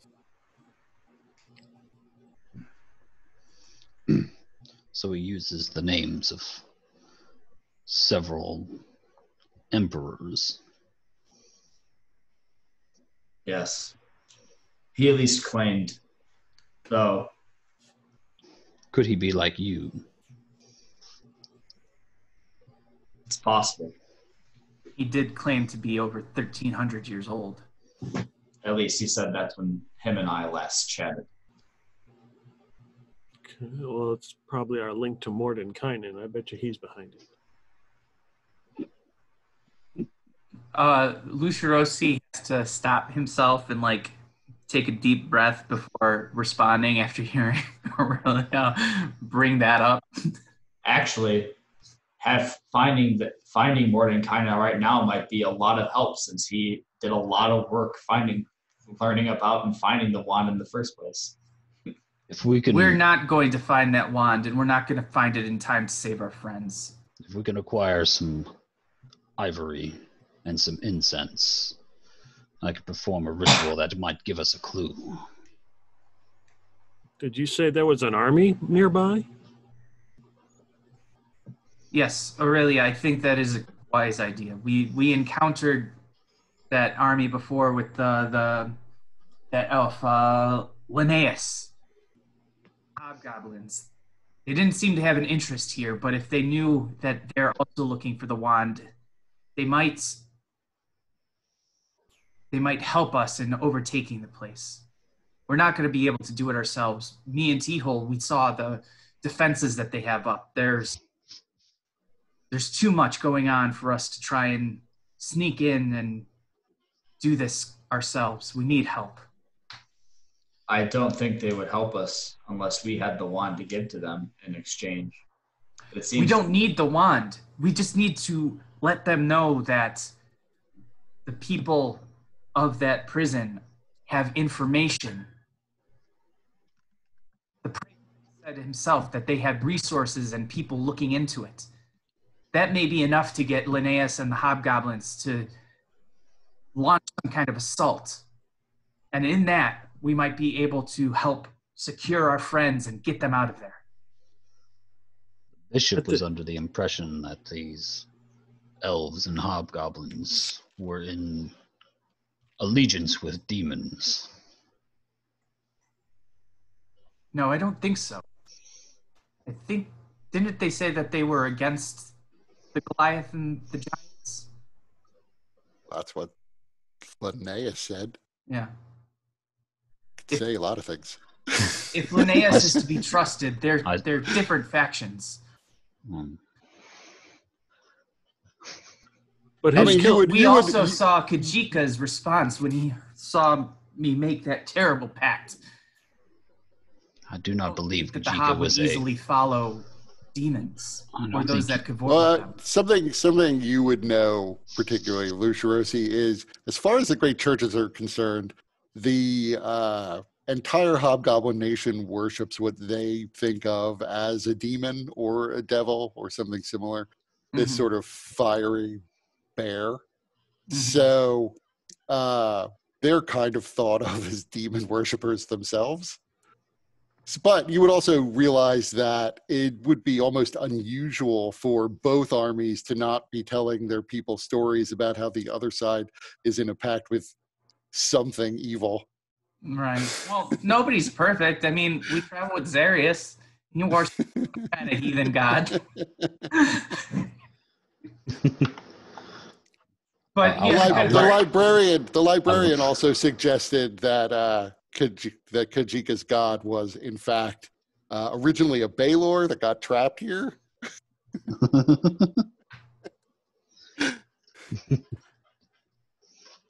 All lies, I'm sure. Who's attacking the outpost and killing all the soldiers?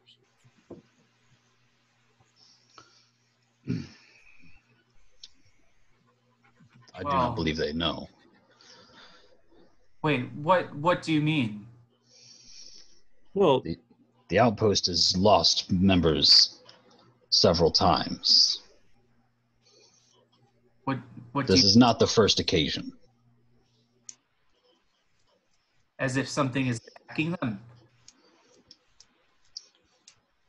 Unknown. Well, Zarius, you mentioned that you were concerned about Orcus being present.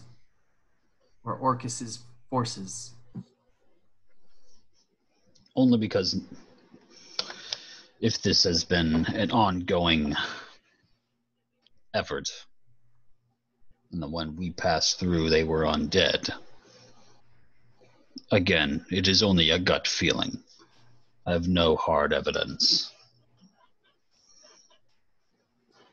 If Orcus's forces are at work here, then we cannot align with them, clearly.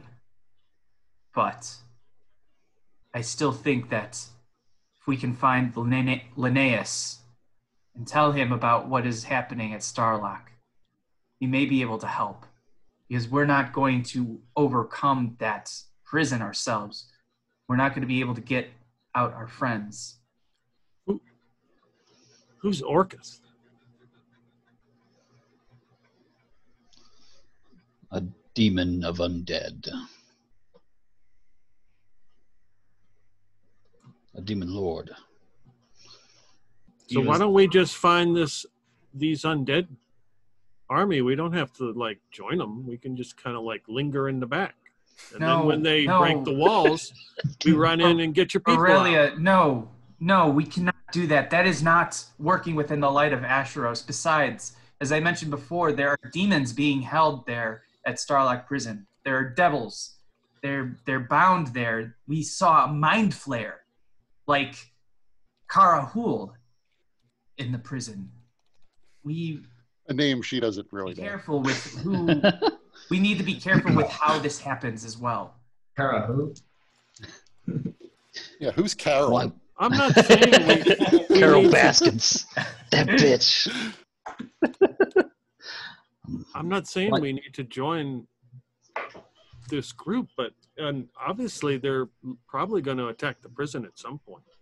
We cannot use them already because using them is the same as giving into that power, and I know that firsthand. We cannot turn away from the light of Asheros. Even if it would be beneficial, even if it is the easy way, especially... Uh-oh. Have they heard of T-Hole? Have you told them about him? We may be able to change their sides. There was a lot of hissing when I was flipped away from the screen to type another. I just whispered something to you, by the way, Peter, Adam, following up on that. So I think, Mike, your thing, whatever you were saying, got cut off. Oh. Just for a second. I was just saying that not to give in to the darkness, even if it's the easy way. Lucirosi, I'm your father.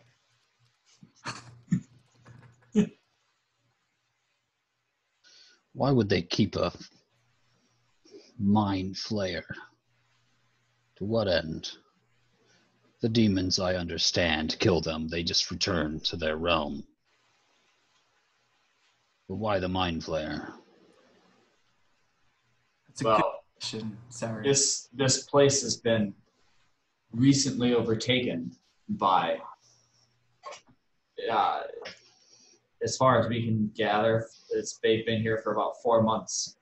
So it's possible that there were prisoners from before when the Empire took over that were already being held there. The question still stands. Seems more likely this creature is a worker. Well, it was imprisoned, but Zarius, you do have a point. The Praefect and the Coergi, whatever they're called, they seem to have some kind of strange power or abilities. It may be that they have found some use for the Mind Flayer. They certainly have torture chambers set up, and spoke of breaking the prisoners as if it was some kind of mandate, or it also seemed like he may have enjoyed it. No, you would be aware that, that is, Longspear probably was doing the same thing when it was in control of this place. It's not that uncommon. Even the church burns heretics. Well, right.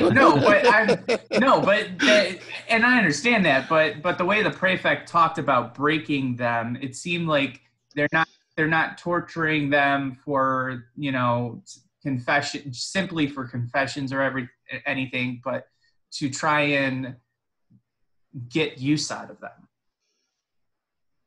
Because like Zarius said, otherwise, who would keep a Mind Flayer around unless they had some reason to do so? and also had the power to make sure that it was not a threat. Do we know? Would we know about mind flayers and like? We encountered one, but would we know about like? Mind flayers are particularly famous because there was a long time ago, more than 2 centuries, there was a whole plot by Elder Brains to try to seize control of the empire, which was a lot stronger 2.5 centuries ago. So they, in fact, replaced the emperor at the time with a changeling that they had engineered specifically to replace the emperor. So yeah, knowledge about mind flayers is pretty common. That they're psionic isn't. You would probably know that, or at least have figured it out. Most people think of them as like arcane magic because they just can't distinguish between the two. But yeah, people know that they don't live on this world. They think of them as coming from some other plane. And they know that they eat brains. Like they're among the more sort of legendary monsters at this point and pop up in a lot of stories. But to see as many as we have in a relatively short amount of time seems unusual. We've seen one, and he just came back. And then, he came back as a ghost and then immediately was banished. So you also saw his dead, like he was an unusual one because he seemed to have an almost romantic relationship with one that died. And it seems like that sort of pushed him over the edge. So you have seen the body of a second one. Right. And this would be the third one you've seen. Where we found your weapon, your last weapon. Yes. I'm sure he still cries about that at night. Anytime you don't look, not anytime, but like he definitely checks that map every once in a while. Yeah. Lucerosi, you're right. We can't align with these undead. You muted yourself. What? He's not muted. I hear him. Mm-mm. So, but it looked like you muted yourself, and then you're still talking. No. Oh. I'll repeat what you said because evidently you cut out. Said, Lucerosi, you are correct. We cannot align ourselves with these undead, even if it looks like it in the name of Asheros. But I don't believe these undead are ruled by this, what do you call it, Orcus? It's Vecna. She is the lord of the undead. And T-Hole defeated her many times. So we just tell Bishop Asshat that we will go defeat his undead that are killing his soldiers in exchange for him to let out your friends. Easy enough.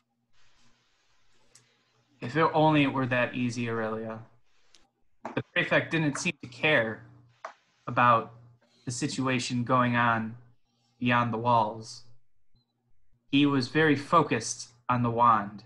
And when we tried to ask if there was some other way that we might be able to get to expunge the supposed crimes of our friends, he said that there was nothing. He was only focused on the wand. And even then, he did not seem to care about trying to uphold any kind of agreement or bargain. He tried to pose it as a race against time before our friends fall upon the pressures of Starlock Prison. Yeah, he made a very compelling case to not help.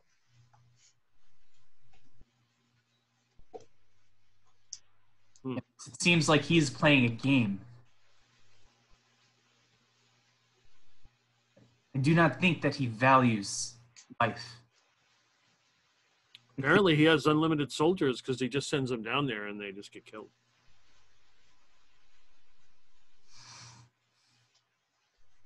The Empire is full of people ready to throw their lives upon the sword. That is true. Praefect to be one of them.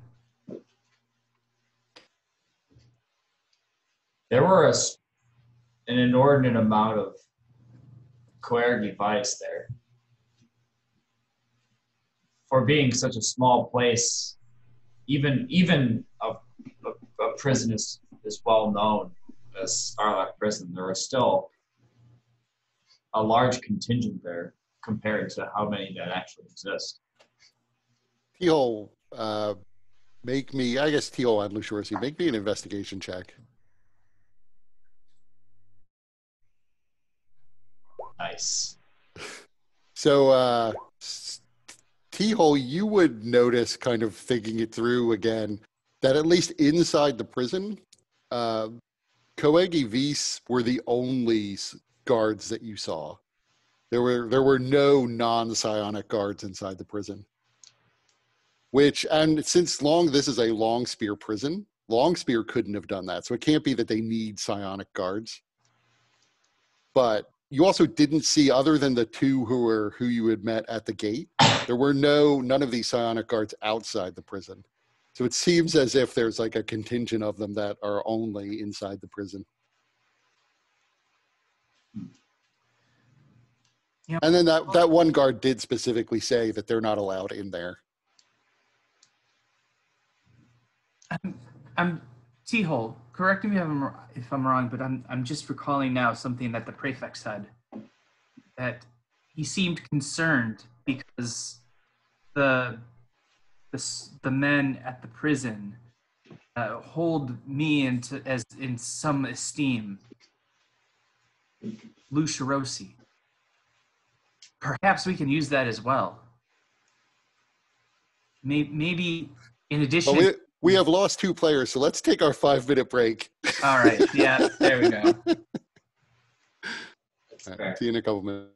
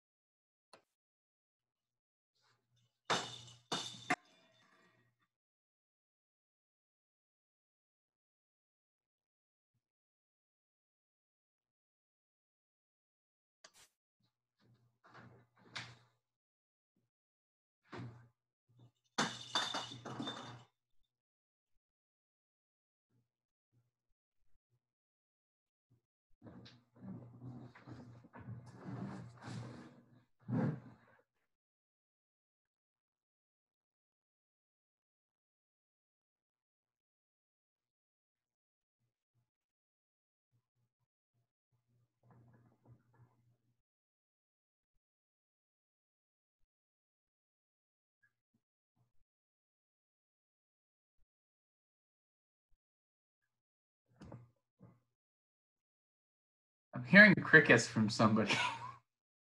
It's the soundtrack for "We're Waiting Outside the Prison," but not in the rain.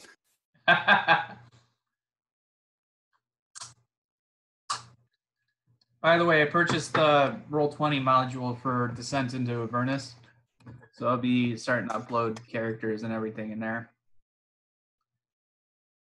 Okay, if you set up character sheets, I can put my character in.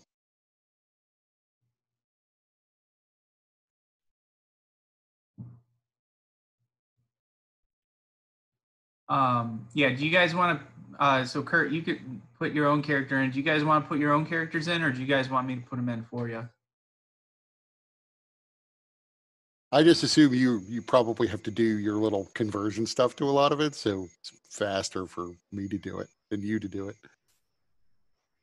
Conversion stuff? Oh, for the module? Converting the module into Fernia. Actually, you know, right now, because we're so close to the beginning of it, that's not too challenging of an aspect. Also, I've probably put in about 50 hours of work doing Curse of Strahd for my current group, but they're also much farther along in that adventure.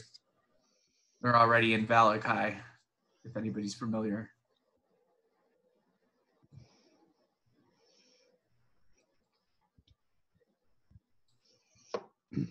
But yeah, I'm happy to put my own character in. Save you a little time. I don't remember. Just give me control over a character sheet so I can do it.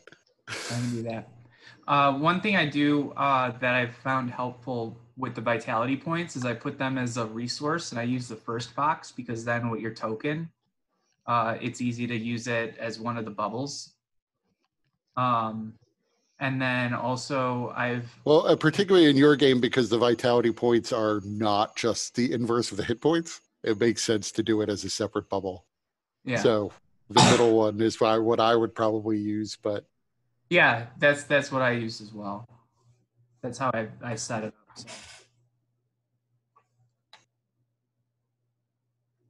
So we're all back. Woo-hoo. So right as some people just wandered away, Lucirosi had the idea of using the fact that apparently he is famous and somewhat well regarded among the soldiers somehow to help you. Yeah, so Lucirosi was just going to say, perhaps between that and apparently they know of you as well, Zarius. If they know that we are the ones attacking the prison, they might be willing to stand down. Even if they don't join us, if they stand down, that could reduce the amount of bloodshed, which I would prefer. At that, Crick would say, would it not make it a harder sell if we're leading an army of hobgoblins and elves? Certainly it would. I'm not counting on the idea, but I also don't think that our fame alone would be enough to sway those of Starlock to turning against their superiors. I mean, I don't know necessarily how great our fame extends. This is all a new thing for me. T-Hole being the emperor, I'm sure he's used to this sort of thing. That's true. They don't even know you. They don't even recognize you. You've changed. Doesn't matter if you change your form. You're still their emperor. Can you not just order them to stand down and release the prisoners? Why didn't you order the prefect to release the prisoners? Yes, T-Hole. Why didn't you? Yeah, T-Hole. Why didn't you?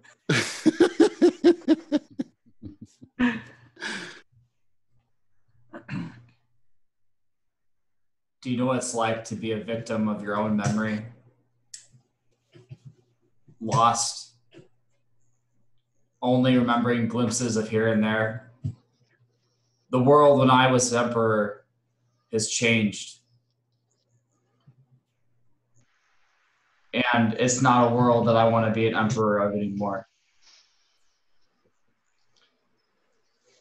I can't blame you there. I think what was is in the past, and we need to Go back there. Move on.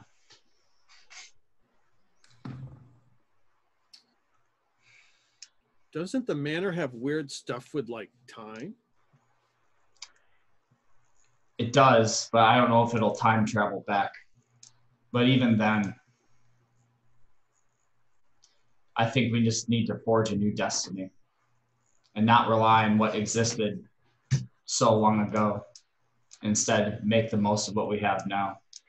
No, but actually, Aurelia, that might be an interesting idea to explore. I don't know if it's realistic, but time flowed through the manor strangely, but that, if I'm remembering correctly, the explanation had something to do with it being linked to the astral plane. T-Hole, do you know anything about the astral plane in terms of how time works there? Is that even a possibility? I know generically that time has little meaning in the astral plane, but I'm not sure if it flows backwards or flows backwards compared to what we think of it. I don't know. Would I know anything of that nature? Anything like beyond like the kind of generic. Give me. I would say, give me. Are you trained in Arcana? I am. Okay, so give me an Arcana check with advantage. Sweet. Since That's so sweet. I'm going to use my my action point. Okay.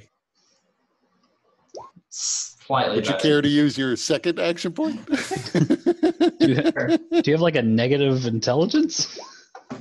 Okay, 17. You're kind of drawing on your prior incarnation's memories, but your understanding of it was that somehow time was originally tied to the prime material plane when the whole thing was created. And when whatever happened that detached it from the prime material plane happened, time kind of shattered throughout the manor.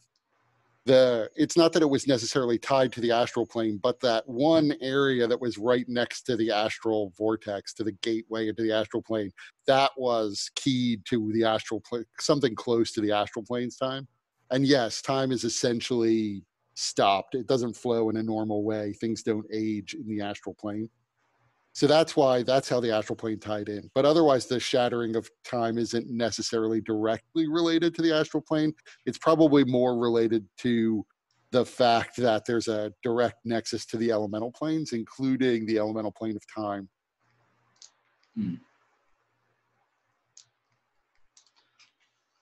So you wouldn't necessarily know how to reverse time. And Crick does chime in. Wait, didn't our only way to open the door go south? Yes, but if we can find him, and if this is actually a realistic possibility, then whatever time it takes us to find Daggerface wouldn't really matter, would it? Don't we have the deed to the manor? Like, who got the deed to the manor?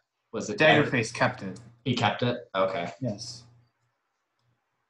Now, of course, he would have to apologize to T-Hole. Right. He could throw the rock. It's just a rock. Okay. We're okay. I know that I've engaged in this a bit. It's because my senses are addled. I'm just so angry, but we need to bring it back to reality. We're talking about time travel here. That is not a thing. Focus on what we can do. We can talk to Linnaeus. We can try to forge an alliance with the elves and the hobgoblins. We can try to sway those soldiers within Starlock Prison that seem to have some kind of positive association to myself and Zarius. But I do not know of any other ways that we might be able to free our friends. So I am open to other suggestions.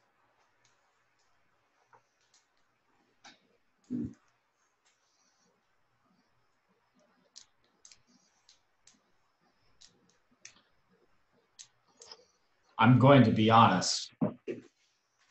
I'm much more concerned about the state of the world than I am about our friends at this point. The fact that there are, within the span of 18 months, has erupted 3 armies and demons ravaging the land, all vying for the single wand, concerns me greatly. But I would. Go ahead. We can do whatever, but I am not fully invested in this. I'm more concerned about trying to see what we can do to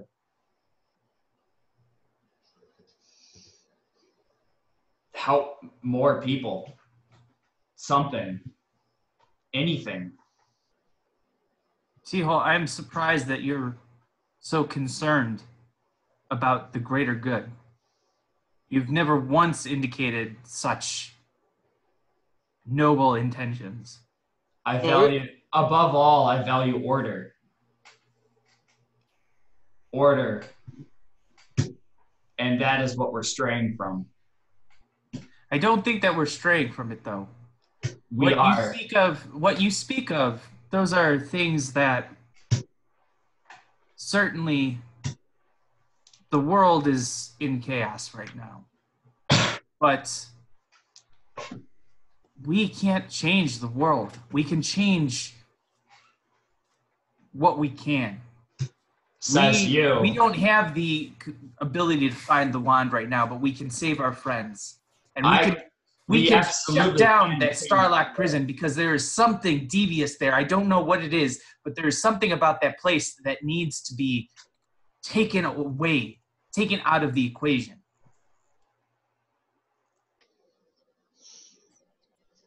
And also, I know I did not share this with you before because there's been so much going on since we left the manor and because I did not want to share it while that librarian was present. But as I mentioned before, I was gifted some notion of prophecy, and this is one of the keys to the prophecy in order to bring back the order that you seek to restore the world to its balance, T-Hole.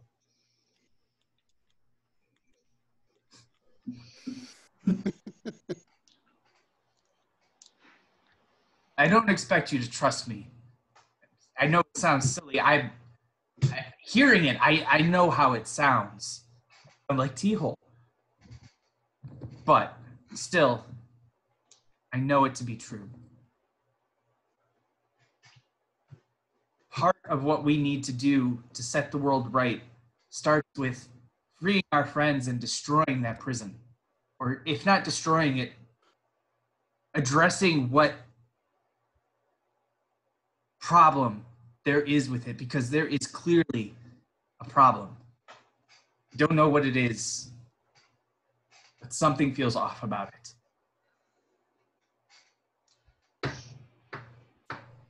I do not believe we have the strength to overwhelm that fortress. No, not on our own.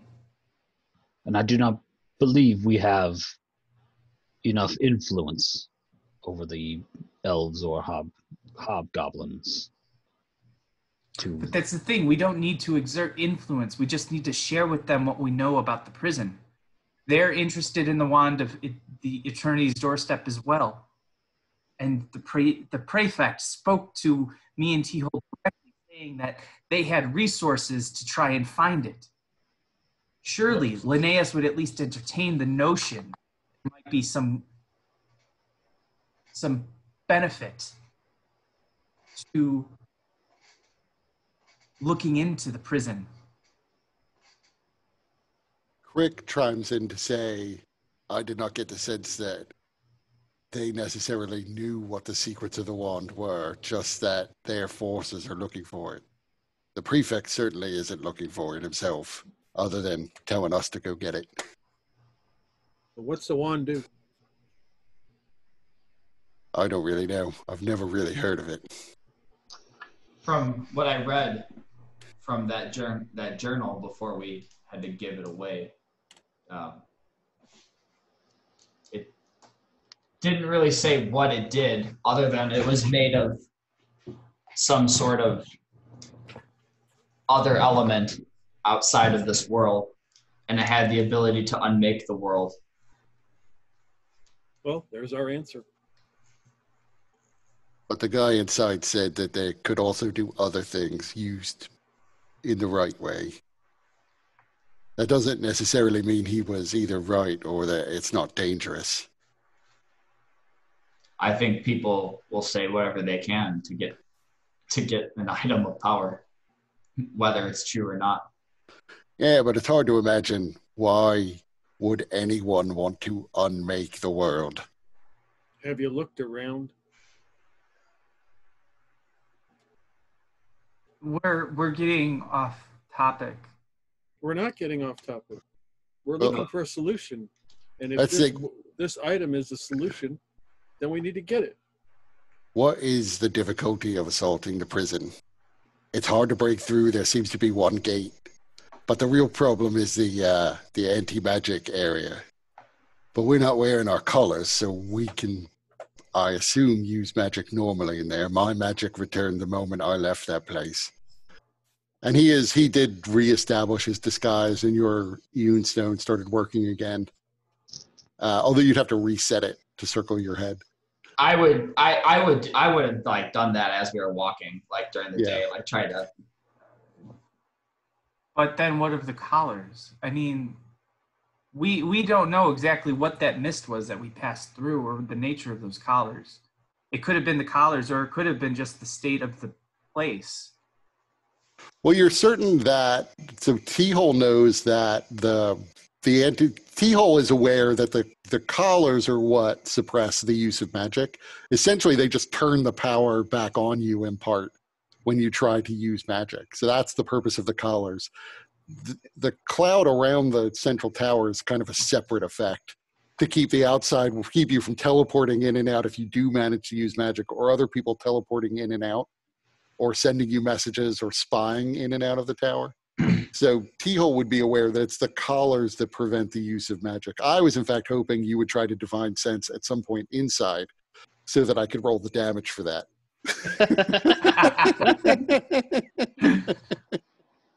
So if you trust T-Hole, at least that's how he understands the collars working.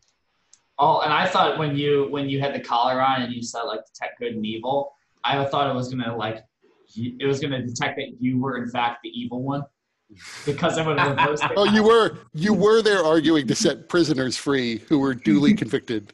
So maybe you are the evil one. You wanted to establish a new order. I mean, from that perspective, the prefect's position seems a little bit reasonable. If I go to a prison right now and I'm like, hey, can you release this prisoner? They'll probably just tell me no, not even say, well, if you bring me some stuff. Depends on the warden. Right. Right. Obviously, the warden might say, if you bring me the magic 8 kilos of coke, I'll see what I can do. True, but one, Luciosi's not thinking straight. And two, he's being guided by prophecy. Those are like the same thing, right? Yeah. Yeah. So, Which is why he sounds like T-Hole right now. Crick again chimes in and says, if there's any possibility of getting these Imperial soldiers on our side, can't we go, I don't know, float the idea to the 10 that are already outside the walls? Although that is a day to walk behind us now. Crick, that may be a reasonable idea. Maybe the key is not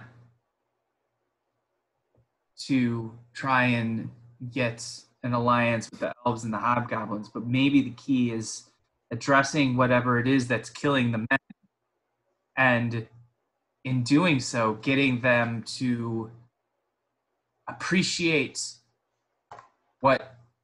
how we can help them and how they can help us in return. Clearly, if the Praefect and the Corgis don't care about what's happening outside of the walls and how their men are being killed and potentially raised as undead, surely they care. And surely they're concerned with the situation. That's an excellent point. Correct. That may be the better, more reasonable option. To be fair, I actually rolled an investigation check for him and he got a nat 20. Which is fair.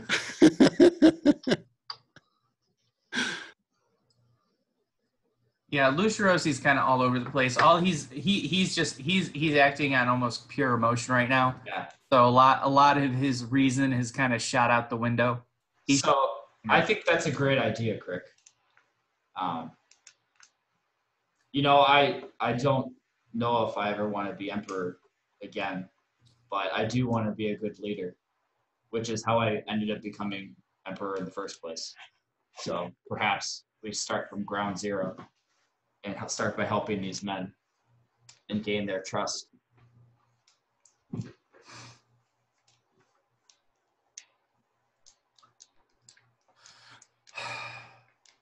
So, Zarius, Aurelia, what do you have to say about the matter?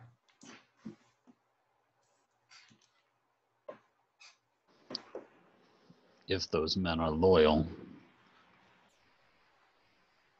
then all we do is make the whole fort angry at us.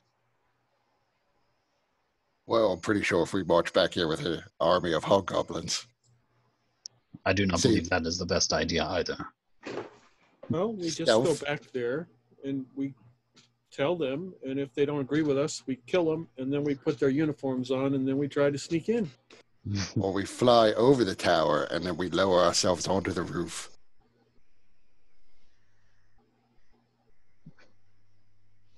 There is an opening within the top of the tower, but it is guarded by some kind of bird creatures with deer heads.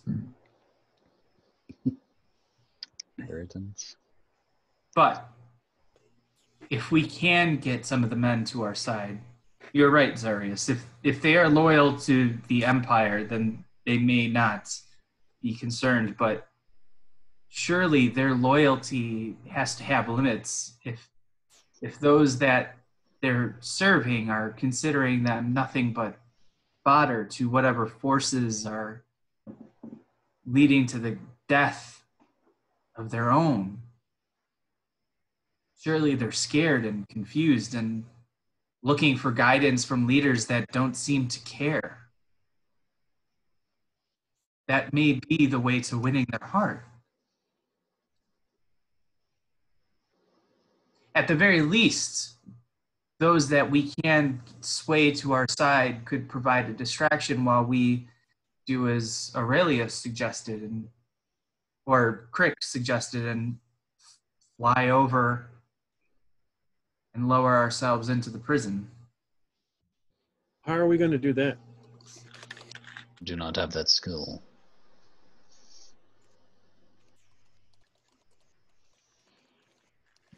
Either way, we can go talk to these men at the outpost. If we are lucky, they are still alive. Let's say we manage to sway them. Dissent from the inside is likely our best answer here. We might be able to sneak in with them if they have some sort of exchange of soldiers. Those strange ones, I believe, have the ability to see things that go unseen. I have a deep faith that this is the true answer, because in this way, not only are we working with those that are being beset upon by evil, but we are also stamping that evil out and taking care of what is killing the guards. I believe that is truly Ashros's light shining upon our way. Is Asheros telling you this? No, of course not, child. Oh, because she doesn't say shit to me. Asheros does not speak directly, but if you listen and keep your mind open, Asheros's light can be felt. And I believe that this is Asheros's light pointing. What if we convince half and the other half are not swayed? And Then that it is an even creates fight. I'm sorry, what's Arius? Then it is an even fight. And it creates a distraction for us to get into the prison and hopefully free our allies. I recall Imperial Legionnaires are expected to follow orders even at the detriment of themselves, and often do, even if there is a more caring leader that would be beseeched to their plight. So we may find ourselves in a situation where they agree with us, but continue to carry out orders anyway. So we should just be prepared for that eventuality. Surprisingly, T-Hole, that is wise. Coming from you, I would not expect it, but that is certainly a possibility. But I think, as I said before, if we stamp out one evil that we know for sure to be worthy of our ire, with these undead creatures and whatever is attacking the soldiers, Asheros's light will shine upon our path to direct us and guide us in our other objectives. I'm very confused. I'm very confused about why T-Hole can't just order them to do what we want. Don't we have any sort of mind control magic to make them do what we want? Can't we just tell them they're our slaves now? At one point I could, but those days are long gone. Crick, your experience as a slave has altered your thinking. That is not... Would you want these people to be exposed and experience what you did as a slave? Having to be told what to do? I guess I will say no. Then that is the right of every living creature to be able to decide for their own fate. And that is a sacred thing. He sort of leans over to Aurelia and whispers, I was kind of hoping to get a couple slaves of my own one day, once I made it big.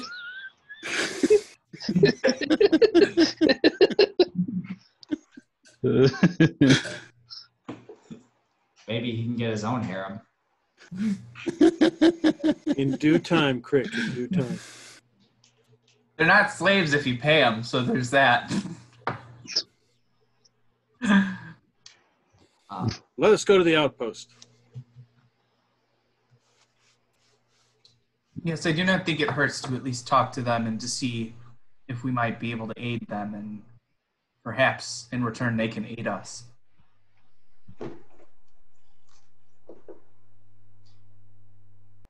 Yes.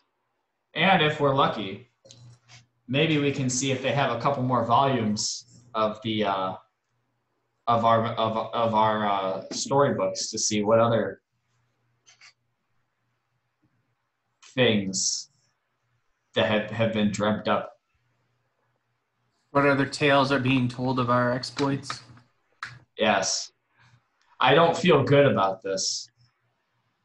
I have a sense that these tales have been spun to hinder us and prevent us from doing what we need to do. So it is uncomfortable, to say the least. I'm not used to people knowing. I'm used to hiding my face. I'm not used to people openly accepting me. Walk and talk. Onward to the outpost. Yeah, I assumed we were walking and talking. Okay. Yeah. You don't have to roar, Luis Rosie.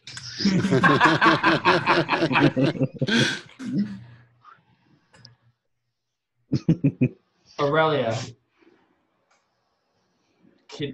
my memory is patchy from when we were back in the past together. Can you describe to me your favorite memory in great vivid detail? I wish to smell the I will say, for this moment, anything Peter comes up with is canon. Yes, take advantage, Peter. There was this one time we were walking and you stored 1 million gold right here under this rock. I wish where nobody would ever find it. I can't remember the smells of the kitchen or what my garden looked like or the dresses that you wore? That I wore and that my concubines wore. And that my manservants wore. All of these things, I don't remember them clearly, but you seem to that perhaps your memory is a little better. Time has been kinder to you than it has to me. Well, you did have lots of oils. I always like smelling them. I asked you what you use them for, and you said it keeps your skin soft. But I noticed a lot of the servants and others always smelled like that oil was on them.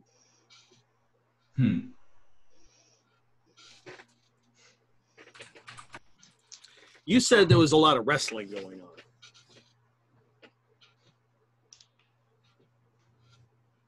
That sounds about right.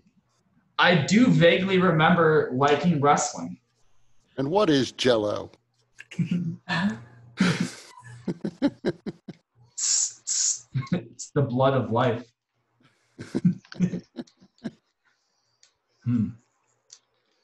Maybe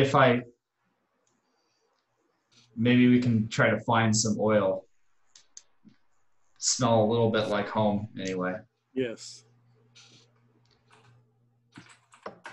Did you wear oil? No, Mother said I wasn't allowed to. That's fair. Although, yeah, back in those days, actually, that would be the way you would actually have cleaned yourself, is oil, and then that gets scraped off. So everybody was covered in oil a lot of the time. So I assume it just enhanced the wrestling. Not T-hole special oils, the generic ones. Right. More like olive oil. Or even the clothes, or even, I can't remember my children either. I'm sure I had some. There were many. Any notable ones? No.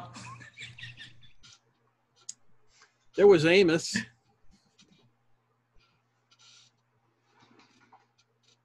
Amos Moses. Amos Moses. Amos Moses. I think he lived. I think he liked to go by the swamp.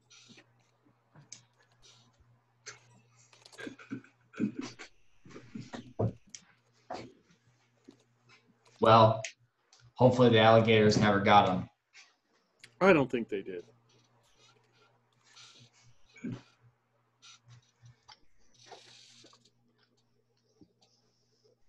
Well, thank you for indulging me in just a few minutes. There was also Emperor Ptolemy the First. Ptolemus. Ptolemus? Yeah, I'll fuck that name up. What about him? He was your son. He was the first emperor? That's why they named him the first. He was Ptolemus the first. Although he was only called that. I guess actually you wouldn't have known him as Ptolemus the first, since they don't tend to call you that when you're the first. Fair. Ptolemus Senior. I see. So someone did at least take it up. Take it up when I left. I don't remember why I left, but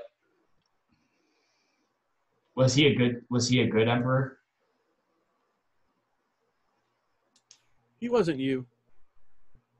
Yeah, actually, I would imagine that after T-Hole was no longer emperor, and you would have probably almost at that same time, just as Ptolemus was kind of taking over, have embarked to go on your quest to hunt down Mordenkainen. Because that was around the time your mom died.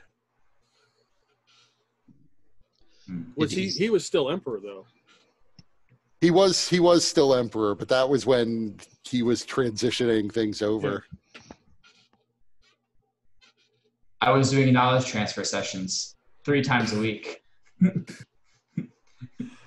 So you make your way back through the mountain passes again, and you camp for the evening, and we can end it there because something's going to happen while you're camping overnight.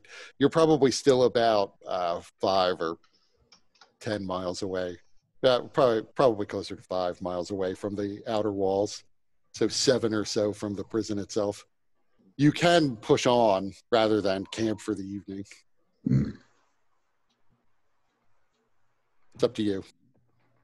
How long would we think it would take? Probably another couple of hours, but now it's dark. I mean, it's. I guess it's dark all the time, but you'd be going for like 11 or 12 hours of travel time. It'd probably rest. And there is a chance these soldiers turn on you for betraying the Empire. Yeah, probably rest just to recover strength and kind of have a fresh set of. Yeah, especially in this slimy rain. Yeah, could we find a good place that would lend itself well to a camp that can be out of the rain? Give me a survival check. Sure. I'm good at those. So you sort of find like an outcropping of rock, but it's not particularly deep. So you kind of, you find it. So you sort of scuttle inside, and it's basically big enough that you are completely out of the rain. Everyone else, though, is getting like half rained on. Well, I have a tent for 2. I mean, I could use an action point now that we're at the end here. Okay, if you use the action point, I'll just give you the 23 and say that, yeah, you do find an overcropping of rock. Not exactly a cave, but it's a pretty good indentation on the side of the road. It looks almost as if at some point when they were digging out, blowing out the rocks to make the road, they were considering going a different way and stopped for some reason. And everyone can get in there and be out of the rain. Nice.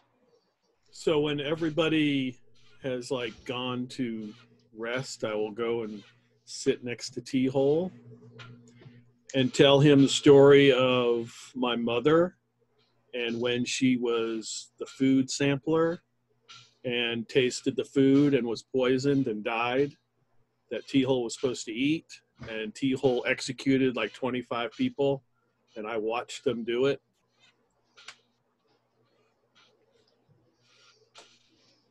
I didn't want the other people to hear it. You I executed the people that tried to poison? You thought were associated with letting it happen. Right. Obviously, the entire kitchen staff. Right. Obviously, Aurelia knows Mordenkainen tried to have you poisoned, so you didn't execute him. No, that was the one we missed.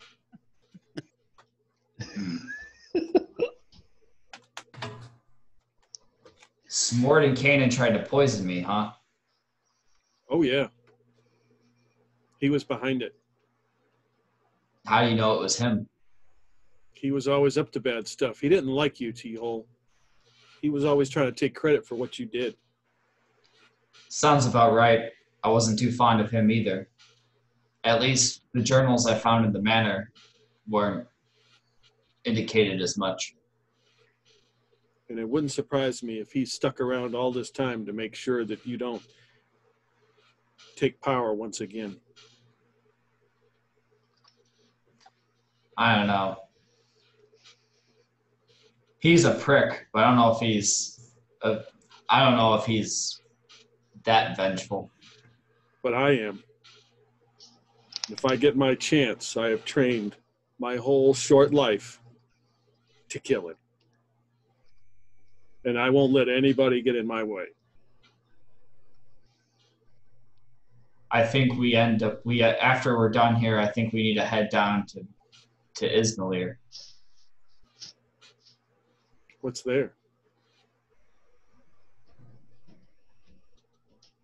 As I came into being and I vague flashes, I saw a dark ripple spreading from Pax Gloranthus, connecting to the center of Ismailir. Like a dark crack in the world. I don't know what that dark crack is.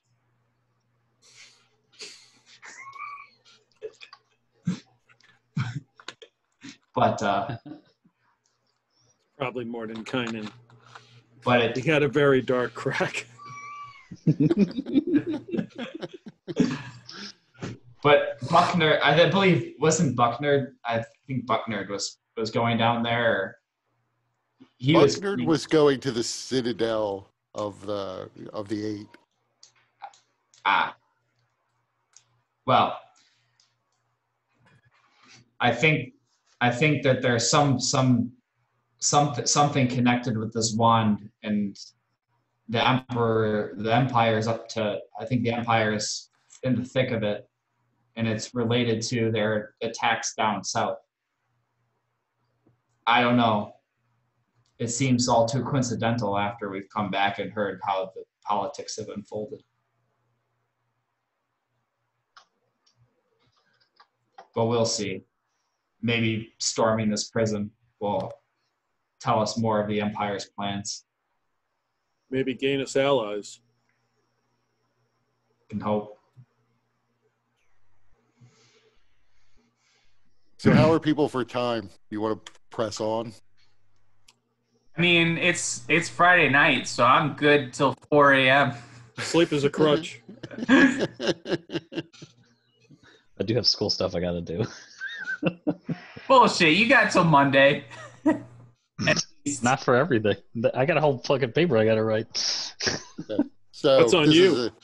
It's a good a spot as any to leave it, as that I can set things up for what happens when you're camping out overnight. Oh yeah. Oh yeah. Oh boy, we know what that means. I tried to save us. Yeah, remember that time, T-Hole, that you found this wand on this rocky overpass and then buried it in the rocks? Oh yeah, that wand. Yeah. This looks really familiar. I bet that's it. I bet we wake up and there's not one but two goats.